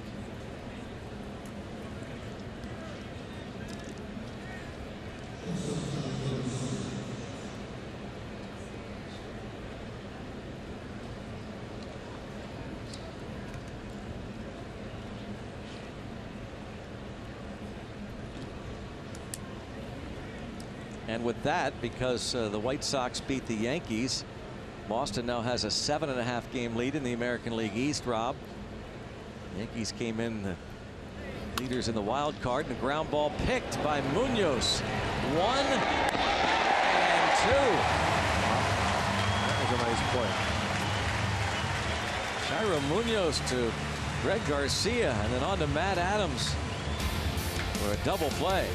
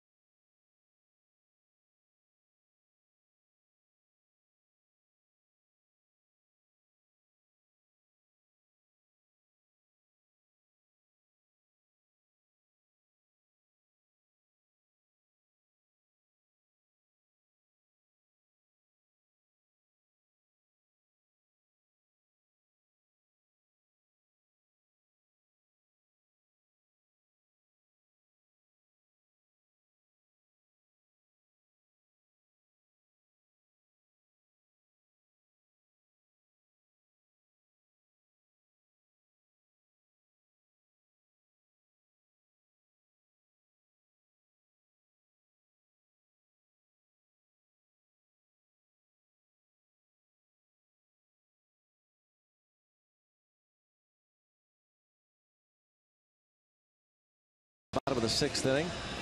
At the top of the 6th ended abruptly.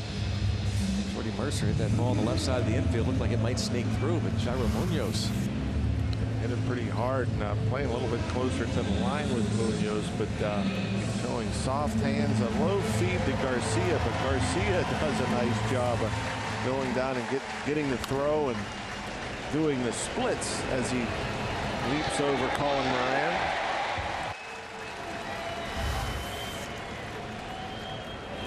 First at bat for Matt Adams tonight, replaces Matt Carpenter. Carpenter tried to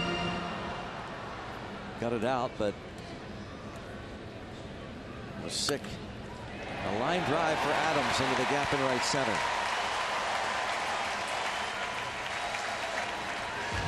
Matt Adams leads off with a base hit. It's Back first in St. Louis. Yeah, that's his first hit, isn't it? Back with the Cards. Handful of at-bats. Fired last week from the Nationals.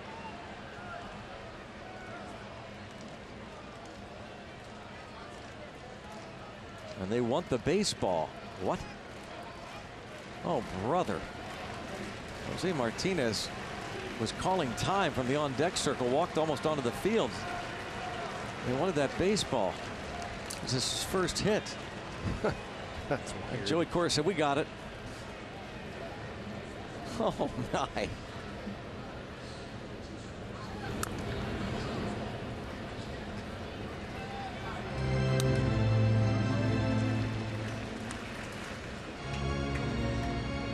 Oh, 0-1.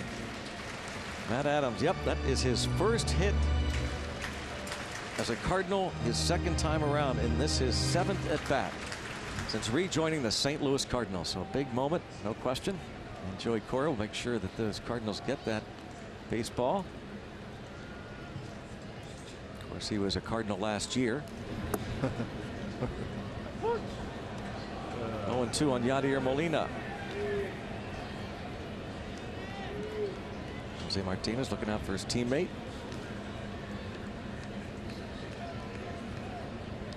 Well, Molina hit into a double play in the third.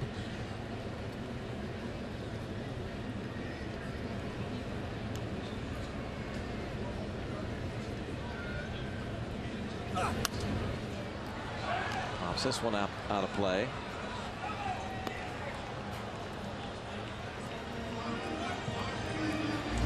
Williams at the 76 pitch mark, and Richard Rodriguez loosens in the Pirates bullpen.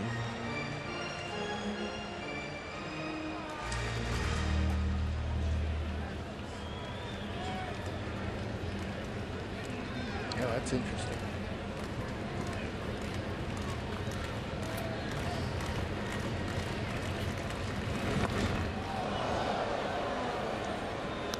Change up. Left away inside.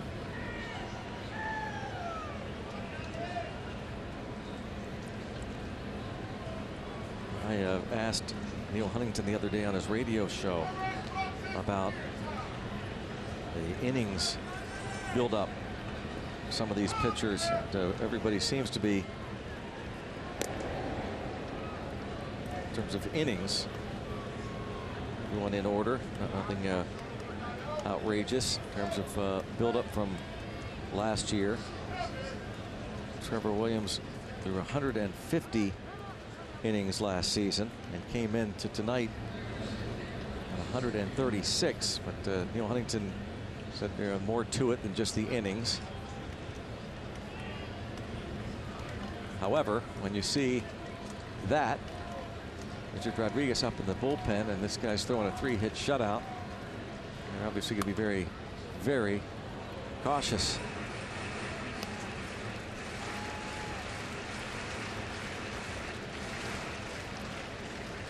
So much more is being talked about the third time through a lineup, which, if I'm not mistaken, Trevor Williams has been really good third time through. There's still a stat I think is a little skewed. A lot of times you don't. Yeah, it can be deceiving because how many guys you're going to see if you're pulled early. Then a lot of times a guy, you know, pitchers that are their third time through a lineup might give up a hit or two and taken out of the game, you know, and so naturally going to be higher. But there you see his average, opponent average the third time through 209.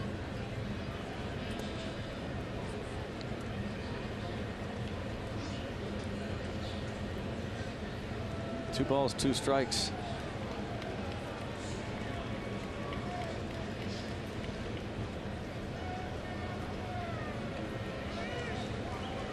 Two balls, two strikes.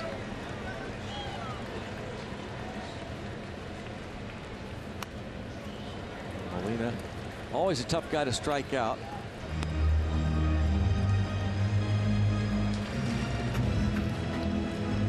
Tough out in general.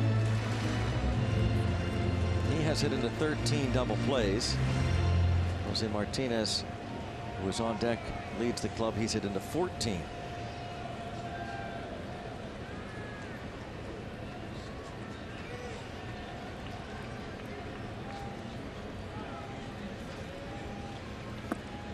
But he strikes him out. How about that? Boy, that pitch at 88 almost looked like, I thought it was a slider or something off speed. Watching it live, that thing just, for one, you don't see many hitters, especially a guy like Molina, swinging a fastball that is that low. I think that it almost looks like a slider. Do you see how much that thing dropped?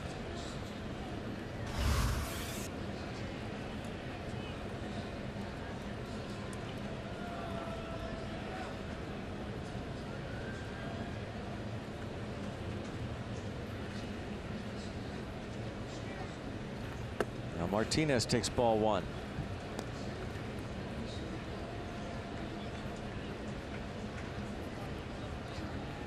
Seven strikeouts tonight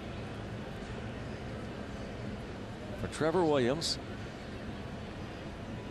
Third time this season he's punched out as many as 7.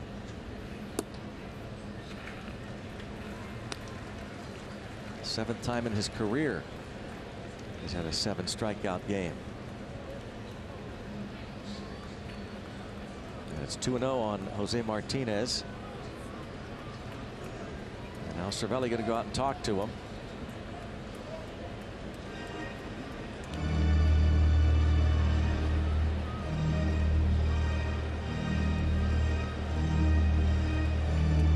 Enhance your next game day experience with the MLB Ballpark app. Access and manage your tickets, enjoy check-in offers, exclusive content, and much more. Download the MLB Ballpark app today. I guess, like, you know how if you fly and they just send you your boarding pass. Is it like that yet? So you can come to a Major League game with just using your phone. It's on your phone. Yep. You don't even need a ticket. Oh, easy as can be. Yep. 2-0 the count on Jose Martinez.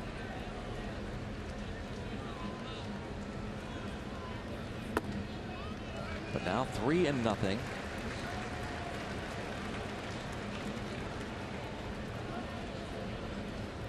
It's Tyler O'Neill.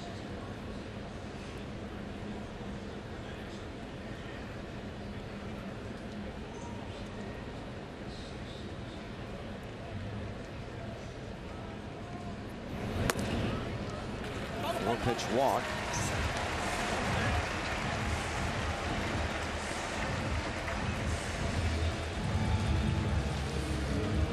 Number 3 for Williams.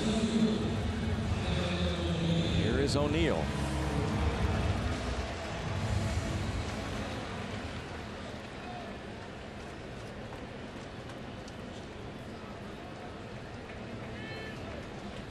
Rookie has popped up and struck out. He's homered in 4 of his last 5 games.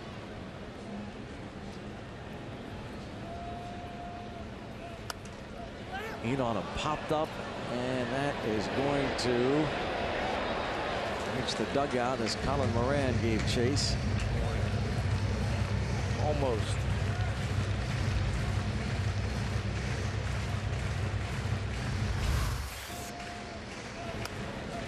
In on his hands. It's not enough foul territory.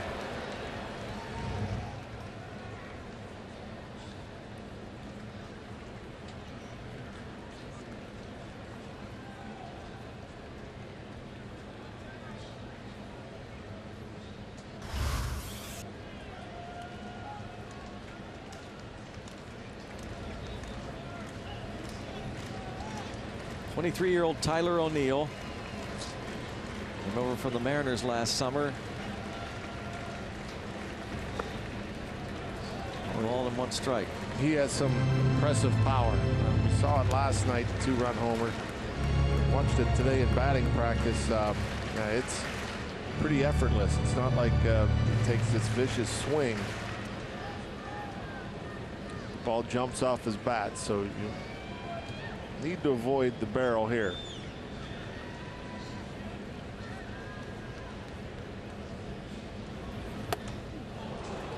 It's a chase. Williams looking for now a new high strikeout total. One away from it. So you go back up there, maybe a little bit higher. Yep. 2-2.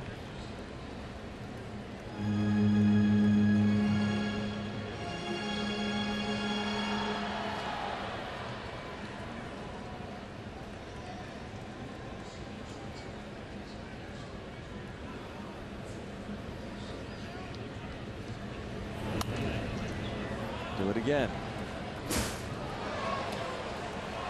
Talk about the impressive power of Tyler O'Neill. We saw it last night.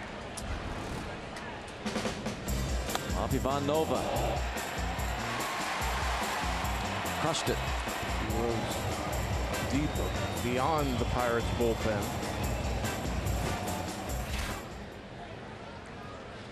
From Barnaby, British Columbia in Canada. Gets him. New career high, 8 strikeouts for Trevor Williams. Yeah, and that makes the slider even more difficult to hit when you go upstairs 3 pitches in a row and he can't catch up to it. He has to feel like, oh, I got to cheat. I got to start the swing early. And even though that was middle of the plate, he wanted it further away. O'Neill cheating, starting that swing a bit early, and was way out in front.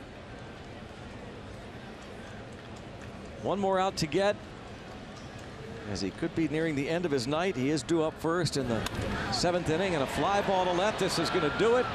Trevor Williams, 6 shutout innings. Really impressive. Trevor Williams. It's 2-0.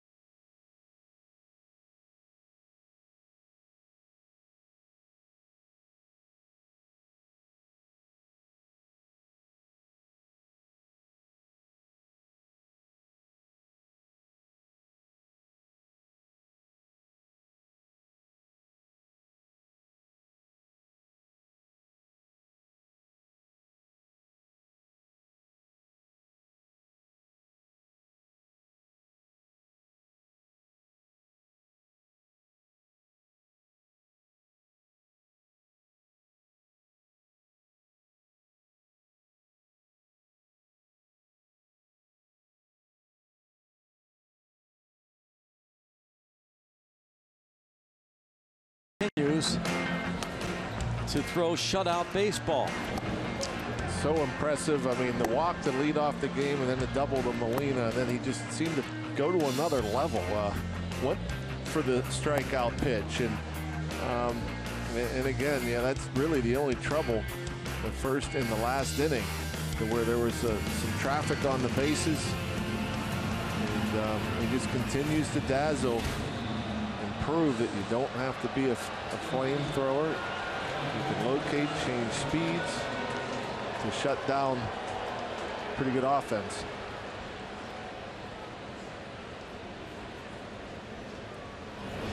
So since July 11, a remarkable 0.75 earned run average.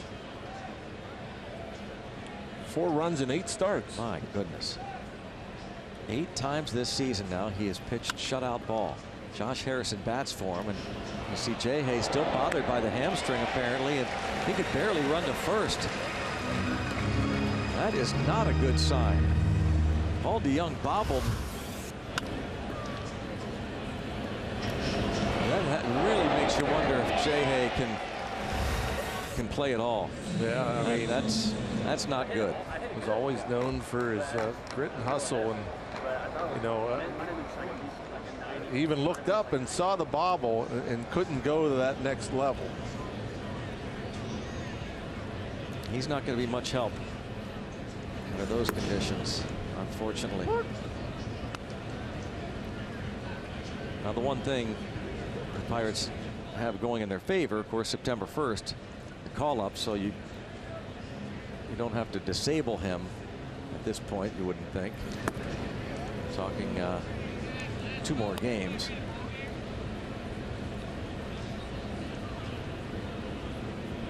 Starling Marte with 1 out.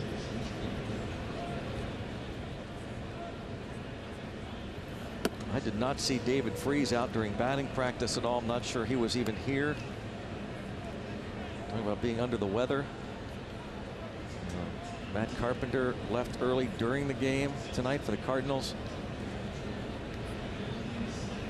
So the Pirates might be limited in that regard.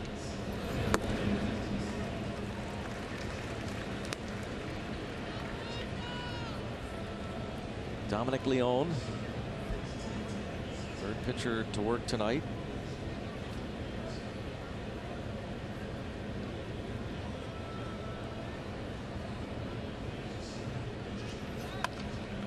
Got that in on him. Jeez. And the ball gets past Adams on the barehand play made by DeYoung. There really was no need to go with the barehand play, but Marte will take it if they're going to give him a base hit because he chose to use the barehand instead of the glove. He had time to come through that and field it like a normal ground ball, and so that effort throwing on the run costs the Cardinals not only an out but an extra base. Going to be an error on the shortstop.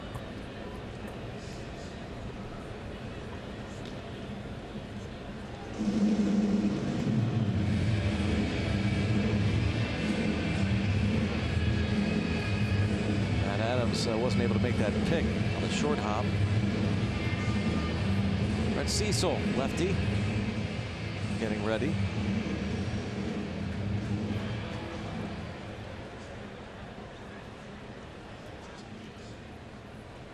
Two more hits for Adam Frazier.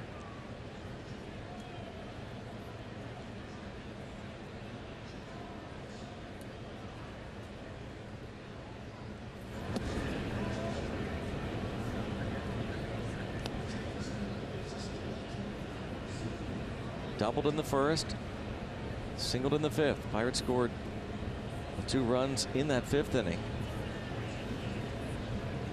Total of 8 hits off Miles Michaelis, the starter.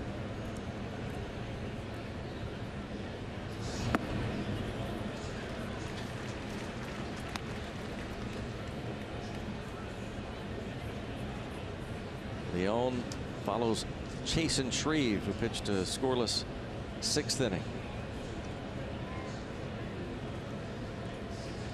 The defensive alignment for these Cardinals against Frazier. 2-1.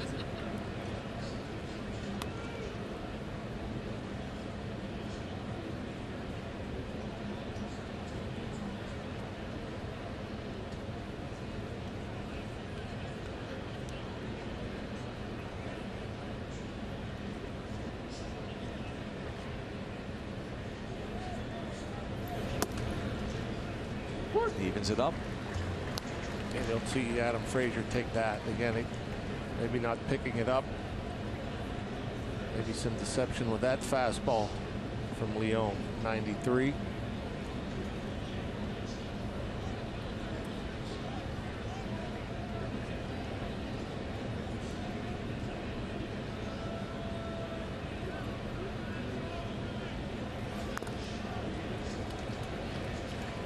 It'll stay 2-2 on Frazier.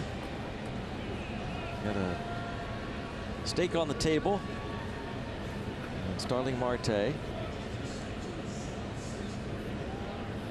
Pirates will go to the bullpen. Edgar Santana in the 7th. Another strong start from Trevor Williams.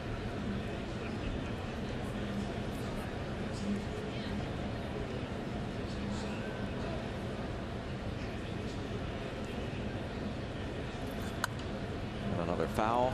Williams' ERA for the season is down to 3.30. Moves him up to 9th. National League.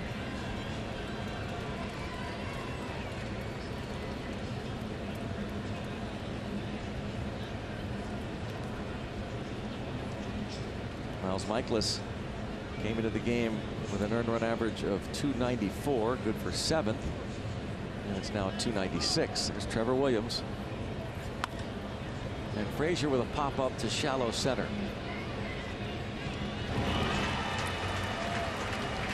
Bader with an easy play. We'll bring up Gregory Polanco. As you enjoy a Miller Lite, look forward to the Hold True moment later in tonight's game.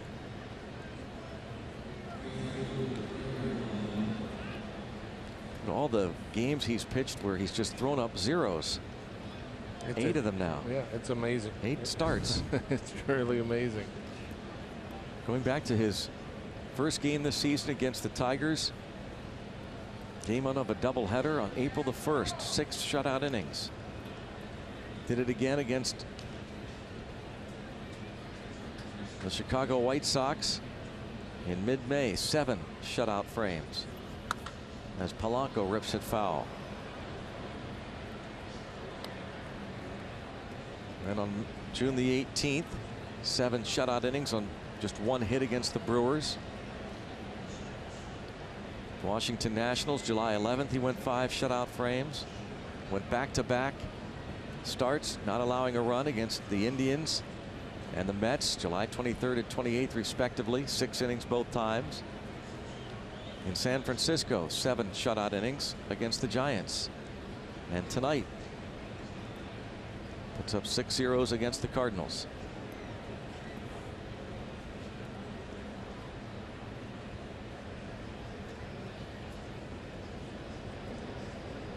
Yeah, we were talking so much about Flaherty last night and how he limits opponents in terms of hits.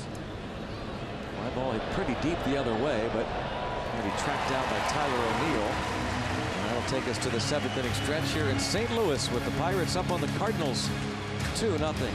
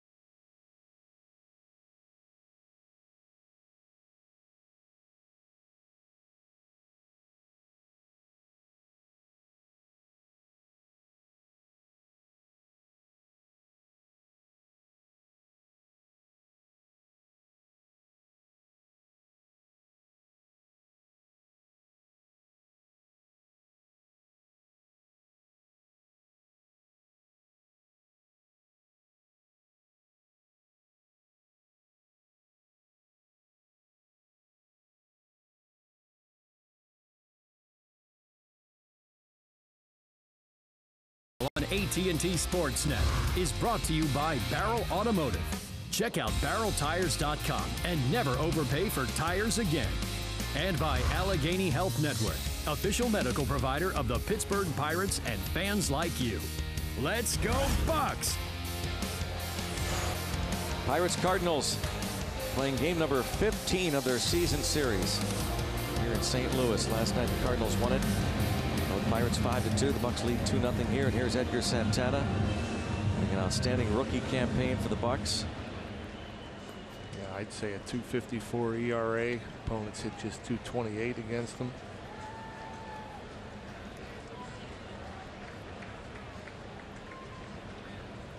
Greg Garcia leads off.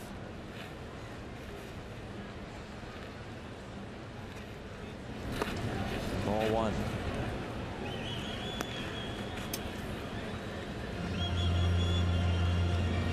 I was saying about Trevor Williams. Go over his last 11 starts. He's allowed more than 5 hits once.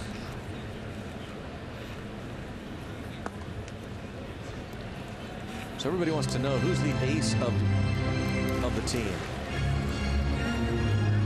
Ooh, that's a great question. Actually, it was 12 starts. He's only allowed more than 5 hits once. But you would think just because of the pedigree of the #1 first-round pick, 2nd overall, and Tyone, and I think it's just 3 starts. He's allowed more than 3 earned runs all year. But numbers-wise, ERA-wise, it's Trevor Williams, 9th in the National League.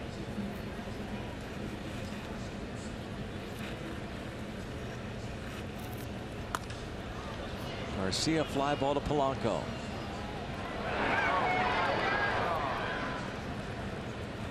One out. The batter will be the center fielder Harrison Bader, who has struck out and lined out to left. Another guy aiming to be the ace of this club is Big Joe Musgrove tomorrow night. Start an hour earlier. John Gant will be on the hill, and Nissan Road ahead. Coverage starts at 6:30.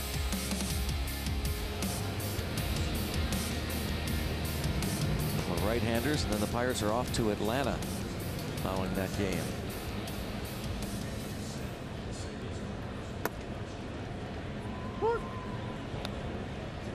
Joe Musgrove with Chris Archer there. Archer scheduled to start Saturday night in Atlanta. Tyone will pitch Friday against the Braves. Braves are trailing 8-3 against Tampa Bay. Boy, a wild one in Cincinnati. The Brewers and Reds are tied at 10. They come back and forth.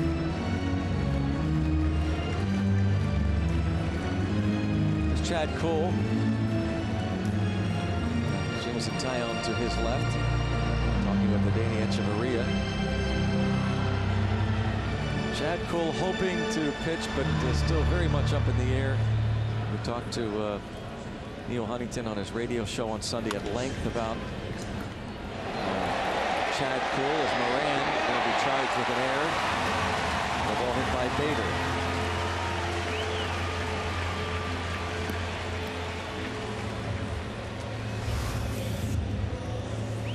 Playing even with the bag. He has to go a little bit to his right. Got caught with a little bit of an in-between hop. Off the heel of his glove. Most any other runner, you're able to throw out, but Bader, he can motor. 9th error of the season on Colin Moran. Batter now Shiro Munoz, who has struck out and bounced out. Ball one.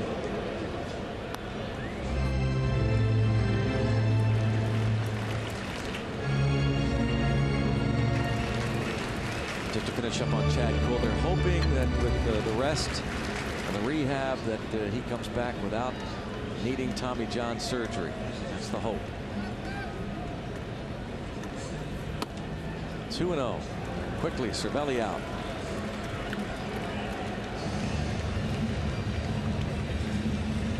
Chad Cole certainly hopes not. Jamison Tyone went through that.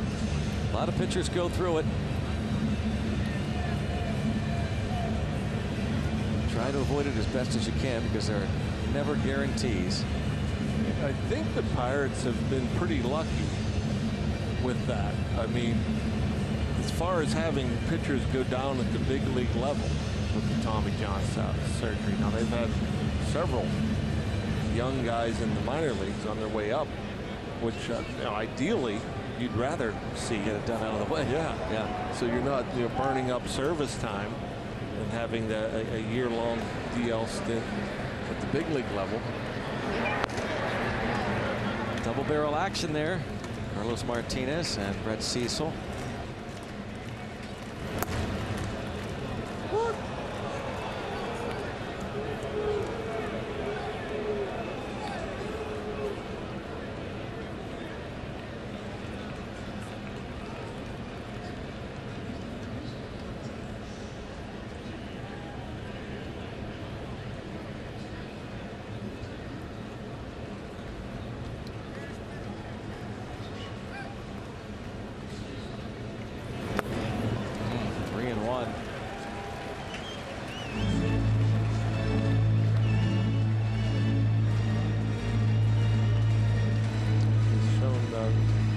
Great command throughout the year, Santana.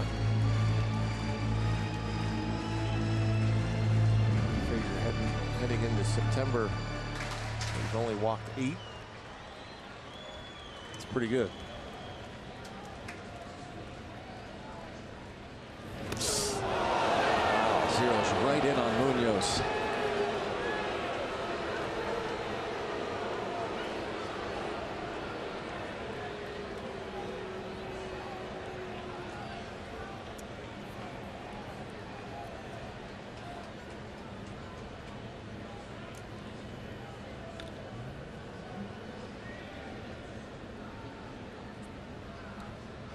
No chance to get out of the way of that one. And he's only hit a couple guys all year. And it's not the command we're used to seeing from Santana.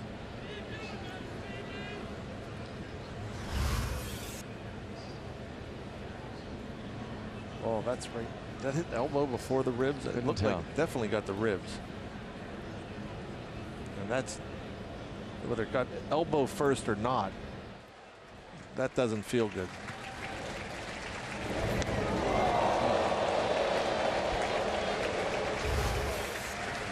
He'll make his way to first base. They'll have 2 on with 1 out. Ray Searage will pay a visit as the pinch hitter will be announced, Patrick Wisdom.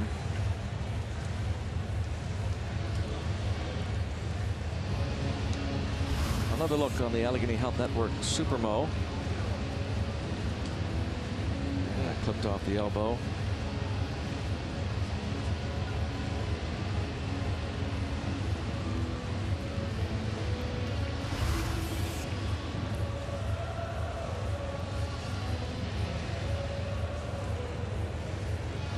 I'm assuming, unless there's been a change. I mean, you know, normally with the Pirates up in the 7th inning, you know, it's Kella, Crick, Vasquez. Yeah, I'm starting to think that they have shifted. The way things are going, looks as though there might be a little bit of a change there, right? That's what I'm thinking. Yeah. You know, Kella might be heading to the 8th. Now, Crick did pitch last night. Right.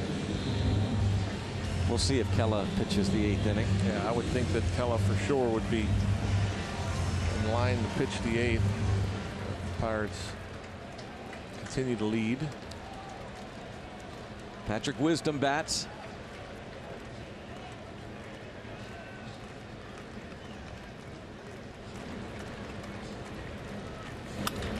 Holds it foul. He was geared up for the heat at 95, hit it off the end. We called yesterday for Colton Wong, who went on the disabled list. It should be the last fastball he sees.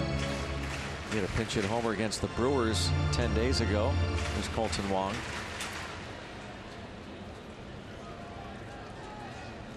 Hit .288 with 15 homers at AAA Memphis this season.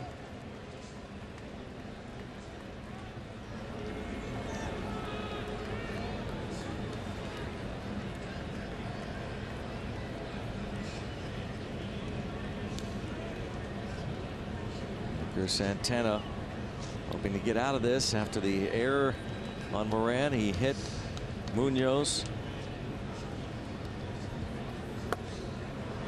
And now out in front 0-2. That's a good slider.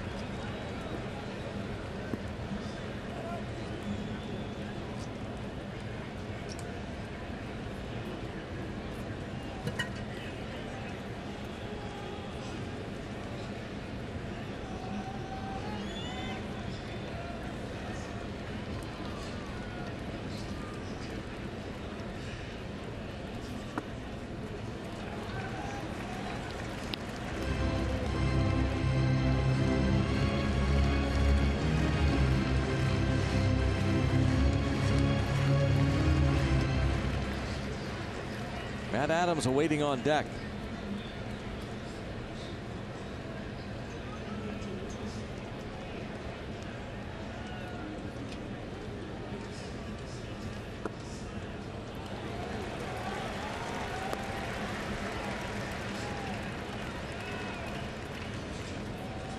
Two balls, two strikes. Santana, who's given up 1 run in his last 14 games.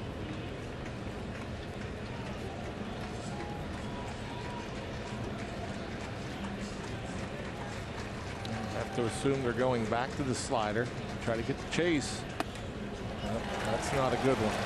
The last two, the first one he threw to go 0-2 was perfect. Perfect location. It started in the strike zone, broke down and away, got the chase. The 0-2 slider was too far down. The 1-2 slider was in. You're not going to get a chase there. Then the 2-2 slider up. Again, that's not inviting to the hitter. Gets him. And there, a hanging slider. Left it up in the zone, but got the whiff. Strikes out Patrick Wisdom.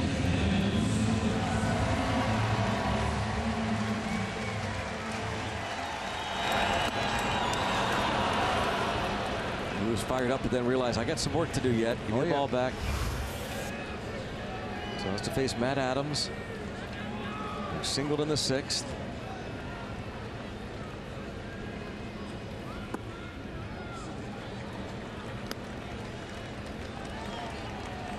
Adams came on to play first base in the 4th inning for Matt Carpenter.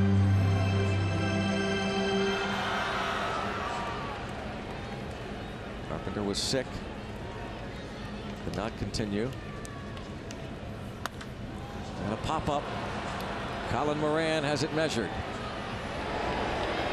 And that'll do it. Edgar Santana puts up the 0. Onto the 8th, 2-0.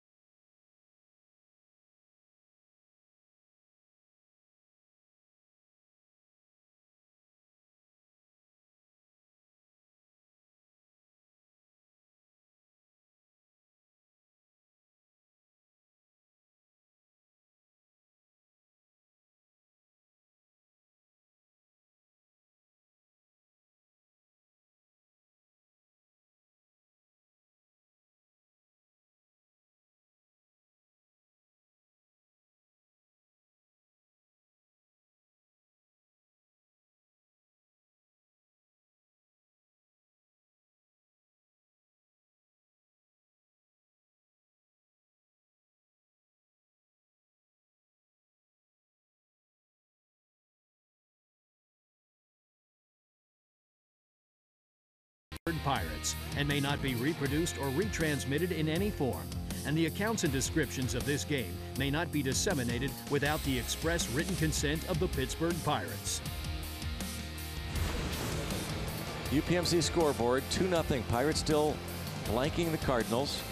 Ray Searage, one of his pupils, the rookie Edgar Santana, discussing that last inning. Here is Brett Cecil. Let's see if the Pirates get some insurance off of Cecil with his 6.08 ERA. 15 walks, 20 strikeouts, and 26 2/3 innings.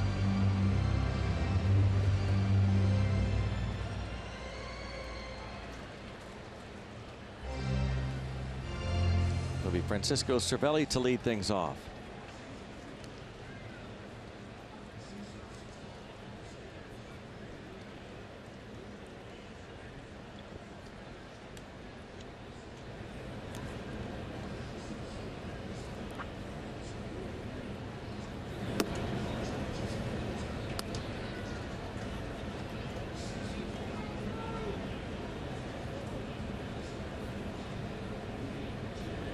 Walk, a strikeout, a soft liner to second for Cervelli.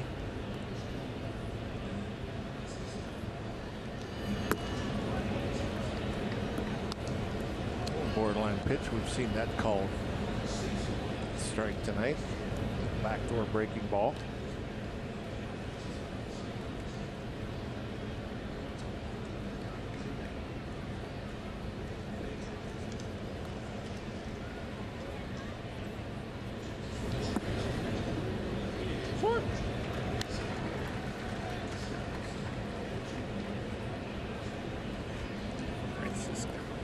He just does not like the strikes called on him. Yeah, it's no question. You could count on one hand the number of times he doesn't turn to ask the umpire when it's a strike call. Diving stop made. DeYoung to his feet and robs Cervelli.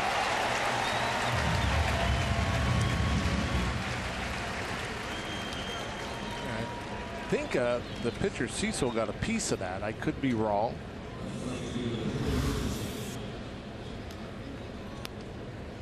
Maybe it just went through his legs. Hard to tell, but that's a heck of a play. Up quickly. Accurate throw this time to Adams. Nope, just under the glove and between the feet.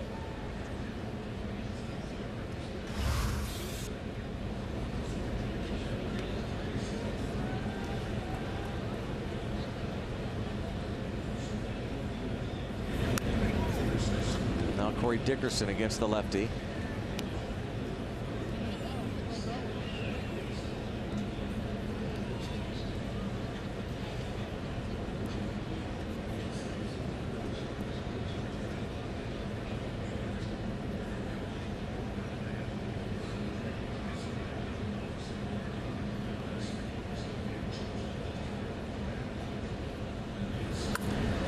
Slapped out of play 0-2.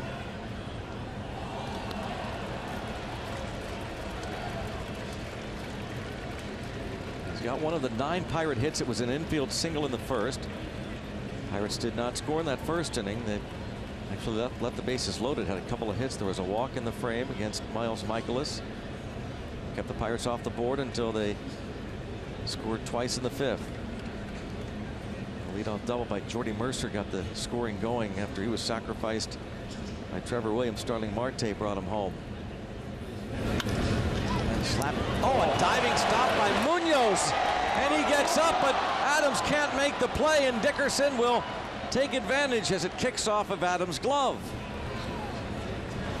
Boy, some fancy glove work here in the 8th inning, and Munoz nearly robbing Dickerson of a hit. That should be ruled a hit and an error to allow him to move to second base, but my goodness, that was perfectly timed. That's exactly what it will be, a hit and an error.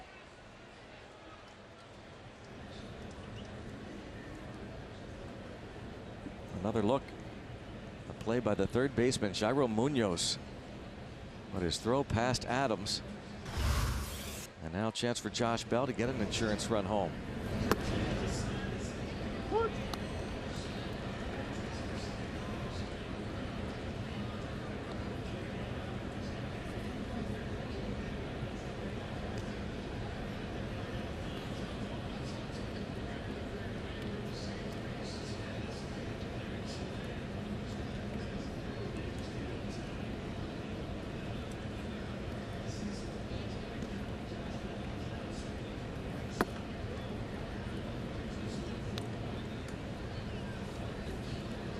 Le'Veon Bell batting right-handed. He is 1 for 3. Had 2 at-bats against Miles Michaelis. Was 1 for 2, and he flied out against Chasen Shreve, leading off the 6th.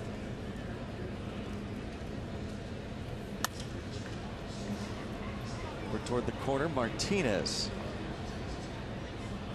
He runs out of room. Brewers lead the Reds now 11-10. That wild game happening in Cincinnati. Cardinals have a game-and-a-half lead on Milwaukee for the top wild card spot in the National League. Cardinals are 4 back of the Cubs, but they lead in the wild card. Luke Weaver has started a bunch this season. In fact, only 2 outings out of the bullpen. Loosens as Josh Bell goes down on strikes.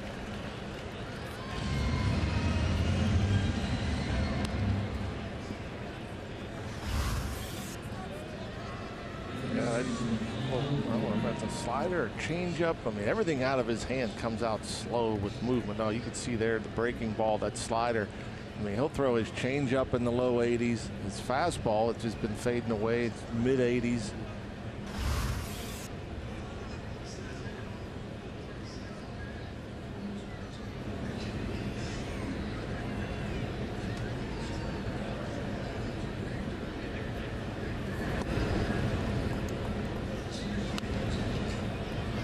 Moran singled off the lefty Shreve. 6th.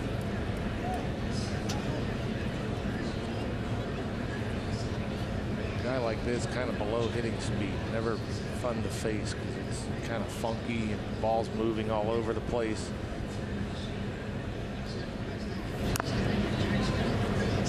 Excuse me, swing foul. That's about as hard as he'll throw right there at 91.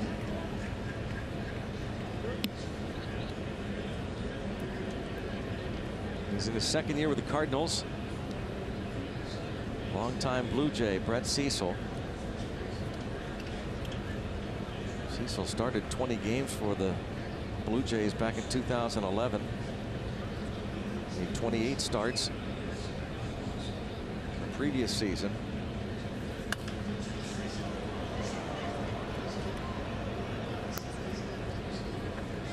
He'll cut it at like 86. Change up again, like low 80s, fades away from the righty. Cardinals signed him to a 4-year free agent contract. He had a .388 ERA last year for the Redbirds.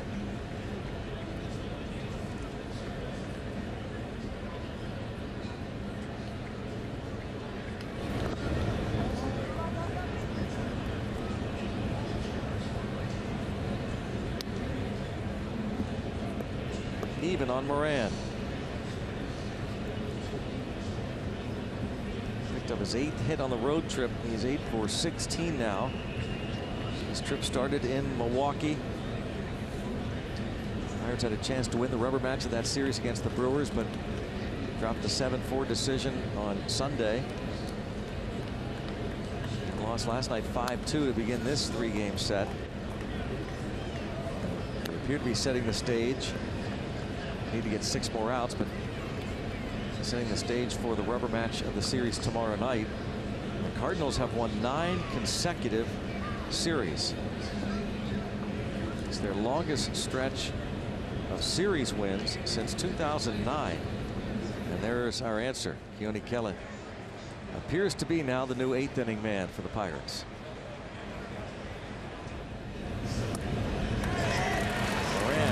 Down, and the Pirates not able to get that run home.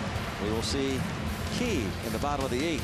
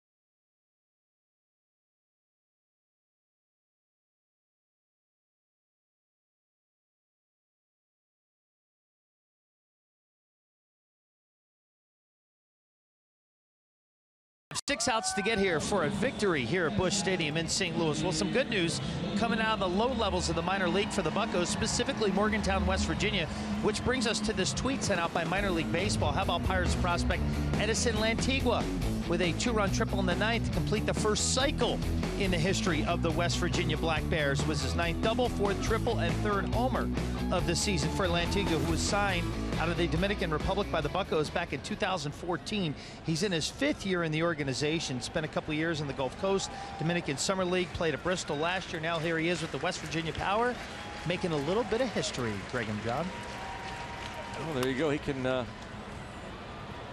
chat down the road with Jacob Stallings and Kevin Newman about what that's like. Yadier Molina pops up the first pitch from Keone Kela, thanks to Robbie. That cool note as Kela pitching here in the 8th. It's a pop-up on the first pitch. He has been impressive. The upper 90s fastball, the nasty curveball.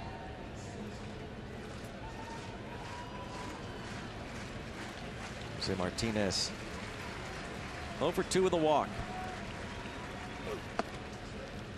Huh. No intention there. Swinging. Yeah, 1 pitch, 1 out. Bat on his shoulder. Yeah, I understand that, but you'd think you'd put a little more effort into the thought. I mean, that's hilarious. Like that? Yeah, exactly. That's better look. Still no intention, but it looks better. Much better take. Yeah.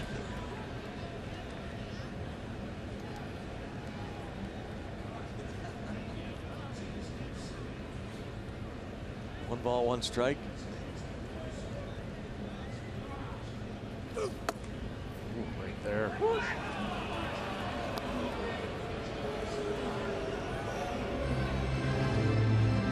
see what Martinez thinks of that call. Yeah, he thought it was down.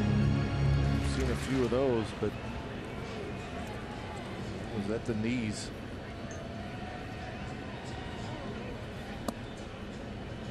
And he is granted time.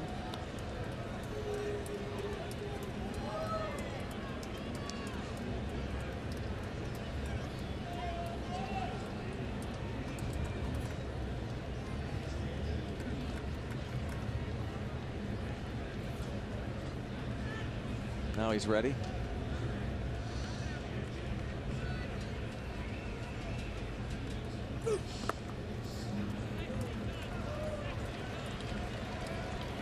Keone Kela was the closer in Texas this year. Dealt to the Pirates a deadline deal. Tyler O'Neill on deck.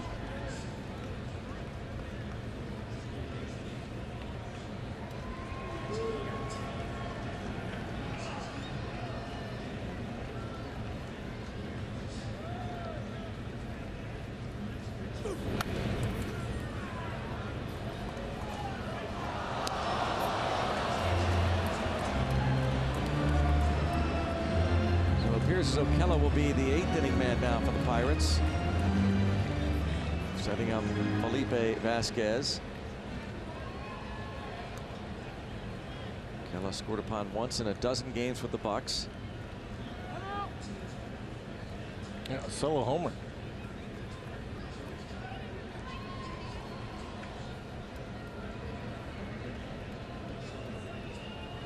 A little cat and mouse. I mean, these guys are getting on each other's nerves. Yep. A little bit.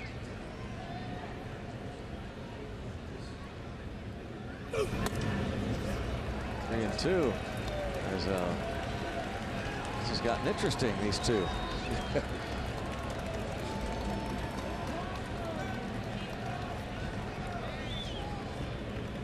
See it. I want to see it. I want to see a fastball right down the middle, float by him.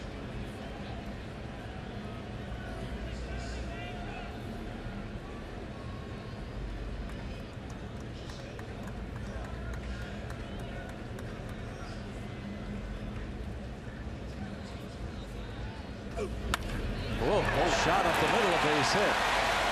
Yeah, he went with the breaking ball and left it up.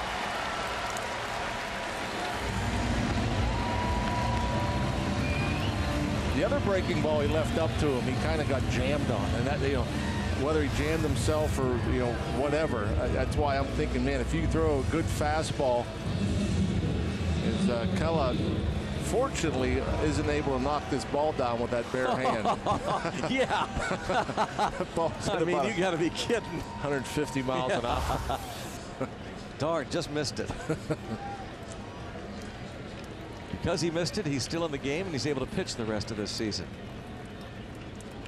Tyler O'Neill has popped up and struck out twice. Oh, that's a good pitch.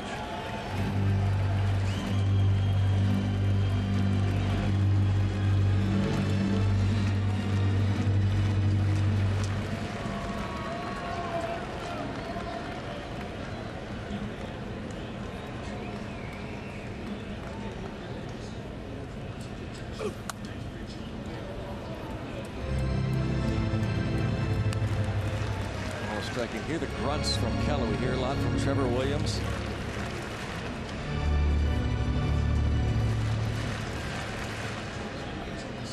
Max effort.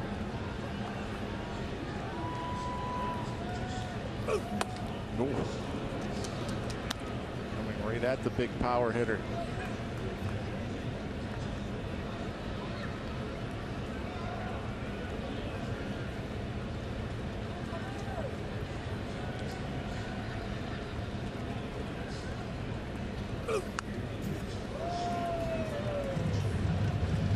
It remains a ball and 2 strikes.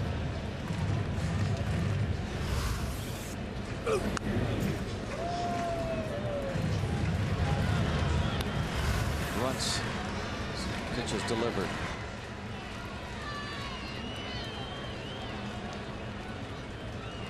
Oh, breaking ball just to switch it up. Yes, he does. And gets him. O'Neill strikes out for a 3rd straight time. 2 away in the 8th.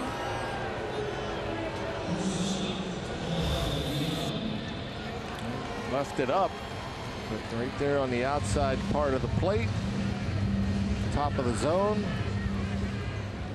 I mean, that to me, that pitch is the best chance O'Neill has of hitting the ball. I mean, the fastball is by him.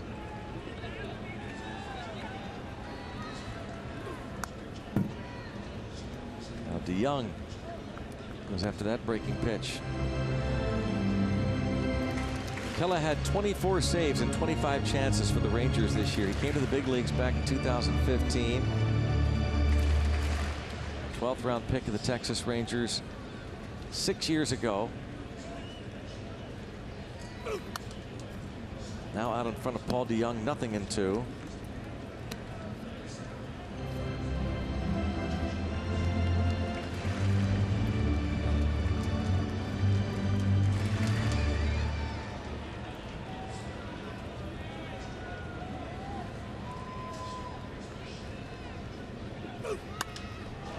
Deep but foul. Again, careful with that breaking ball up around there. Yeah, he got away with it. Called the 3rd strike to O'Neill. Young is the tying run, and boy, he took a pretty good swing at that, just out in the front.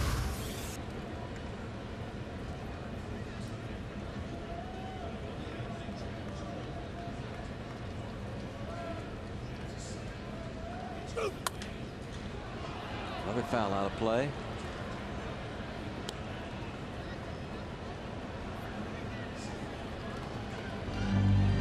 So it stays 0-2. Well, that Brewers-Reds game is epic. It's 11-11 in Cincinnati in the 9th inning. Yeah, tying run scored on a wild pitch. Oh. Soria. Christian Yelich. Robbie was talking about the cycle. One of the Pirate minor leaguers, Christian Yelich, has hit for the cycle for the Brewers.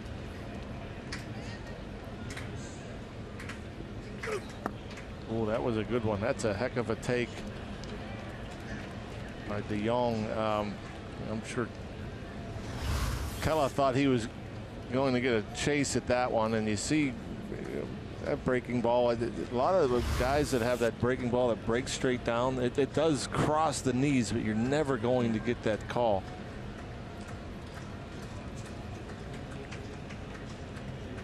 1-2 on DeYoung. Slap toward right, Polanco back, and that'll do it. Keone Kela pitches a scoreless bottom of the 8th. Head to the 9th. 2-0 Pirates.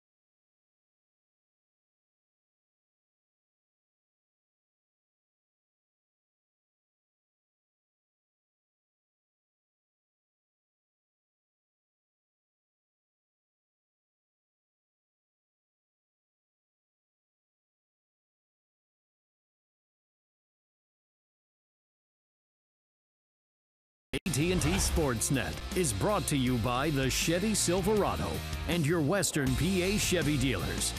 And by Levin's, the official furniture and mattress supplier to the Pittsburgh Pirates. For the best quality, service, and value, shop Levin's. Let's go Bucks! 2-0 ball game. The Pirates flanking the Cardinals. Head to the 9th, trying to pick up an insurance run or two. Under the arch, and Carlos Martinez working his way back as a reliever.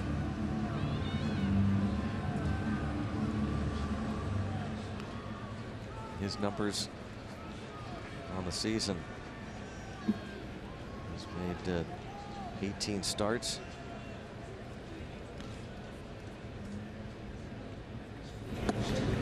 Activated off the DL 8 days ago.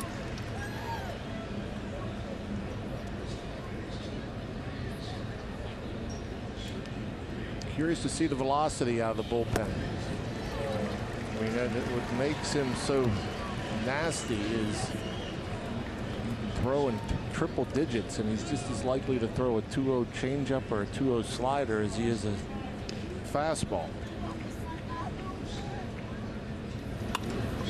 Fighting it off, and a nice play made there by Paul DeYoung, quickly to his left. Mercer's been robbed a couple times by the left side of that infield. Yeah, these guys rangy over there on the left side.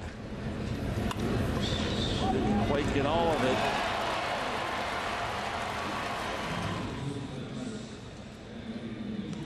Boy, just enough glove too. That thing, another 3 or 4 inches.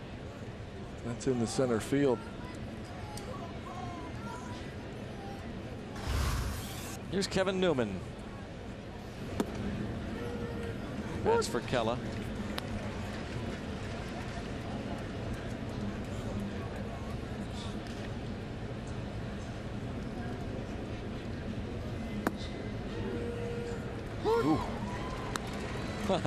Good luck, Mr. Newman. Yeah.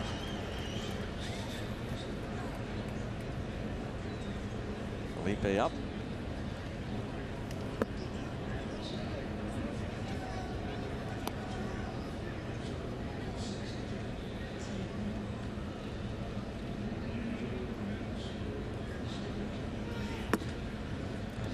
Gets it even.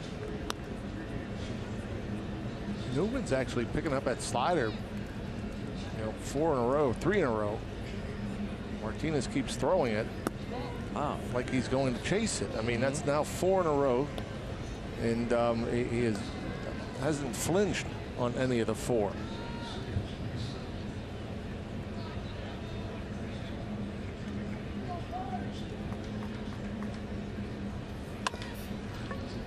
bounces it to short. Second out.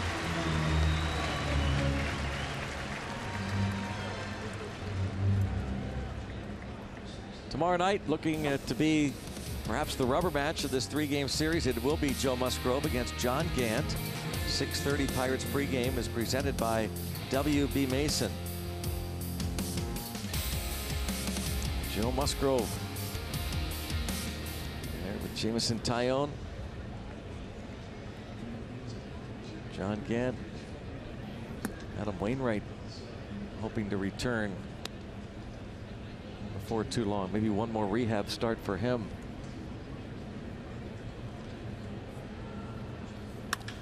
And a drive toward center field. Bader is over. And the Pirates are gone 1-2-3. And Felipe will be coming on to try and save it for Williams.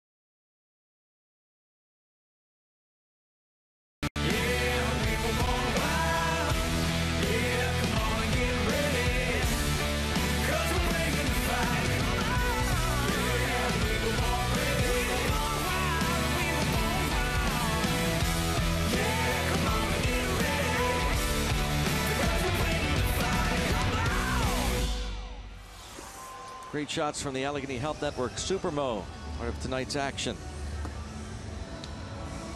2-0. Kevin Newman stays in the ballgame. He's going to be at second base now.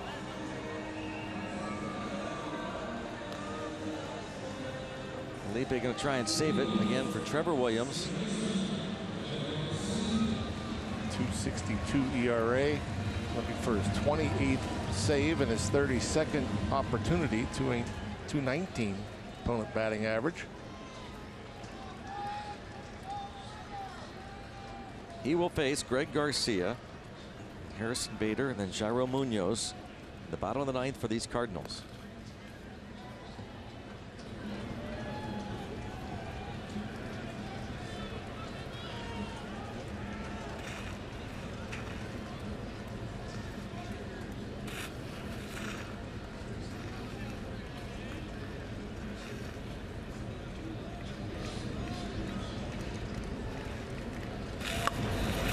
Pop-up bunt. Bell, one away. Yeah, you like those easy outs. Boy, that nice little gift. Next Saturday, September the 8th. That's a week from this coming Saturday. Pirates and Marlins, special 105 game time. First 20,000 fans take home a Felipe Vasquez bobblehead thanks to Rivendell Farms. Go to pirates.com/bobbleheads for tickets. That's 1 week from this coming Saturday, September the 8th. Pirates and Marlins, special 105 game time.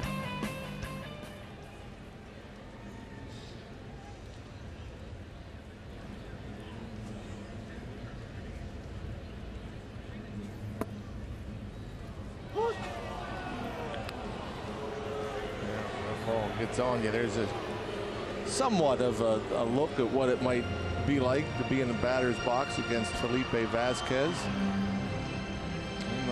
Not much time to react. 100 miles per hour at the knees for strike one.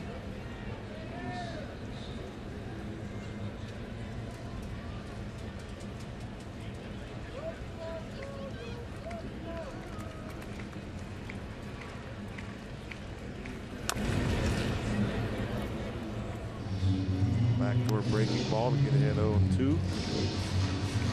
At 90 miles per hour. Bader reached on an error in the 7th inning.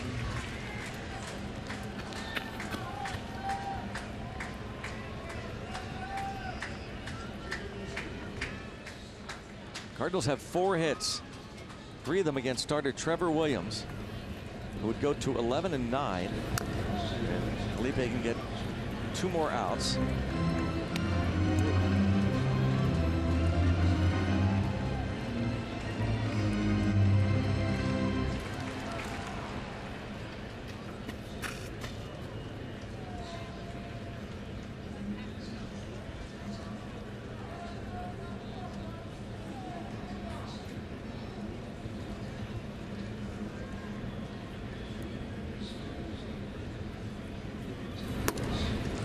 Missed 101. So if he can finish this off without the Cardinals scoring. See on deck, Darrell Munoz waits. 14th shutout. And Trevor starts 8 of them. Yep.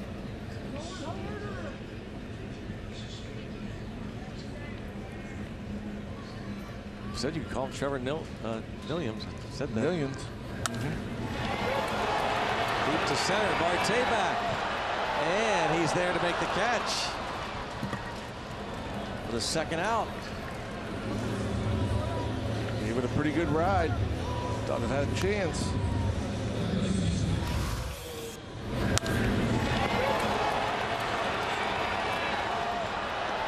The dugout, they're saying little man hit it.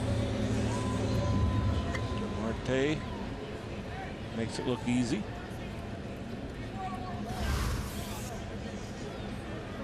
Felipe Vasquez has converted his last 17 chances since his last blown save was right here May 31st against these Cardinals.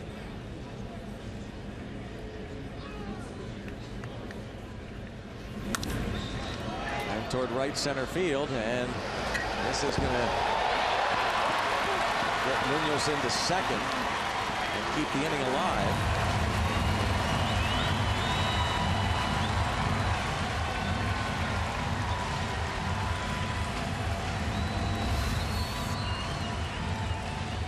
That's a pretty good swing on a fastball down and away. Munoz, who homered in his only other at bat against Vasquez.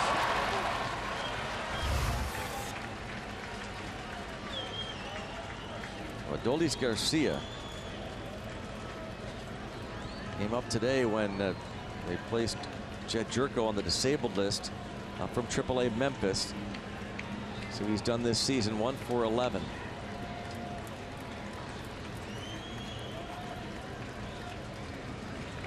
Jerko on the DL. That's another thing. You don't even, you think about depth, and when you put a Wong on the DL and you put Jerko on the DL,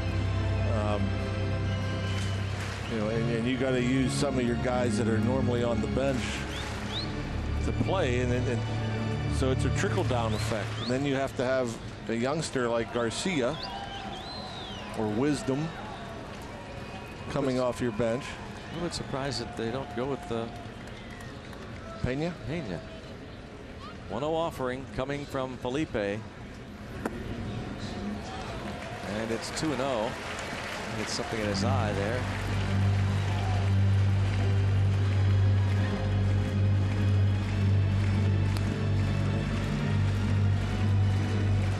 Francisco Pena is the backup catcher.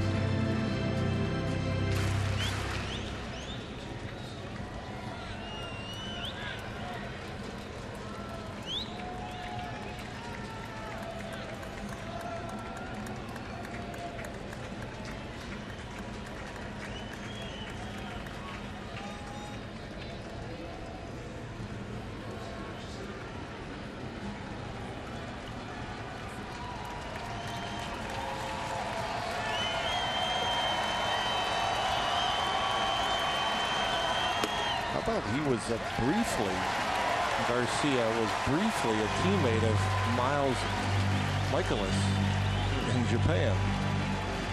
Yomiuri. Well, he could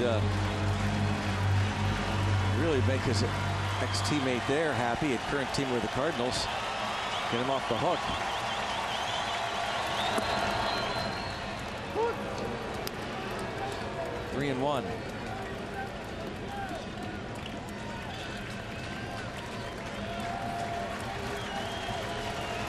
Matt Adams, if this inning continues. Luis Garcia. Now 2 strikes on him. He has popped 22 home runs down in AAA. Well, he wants to talk it over.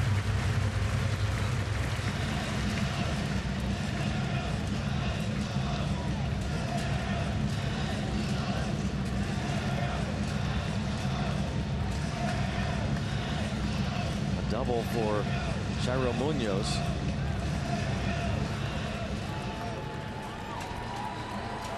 One of the top players in Cuba 3 years ago.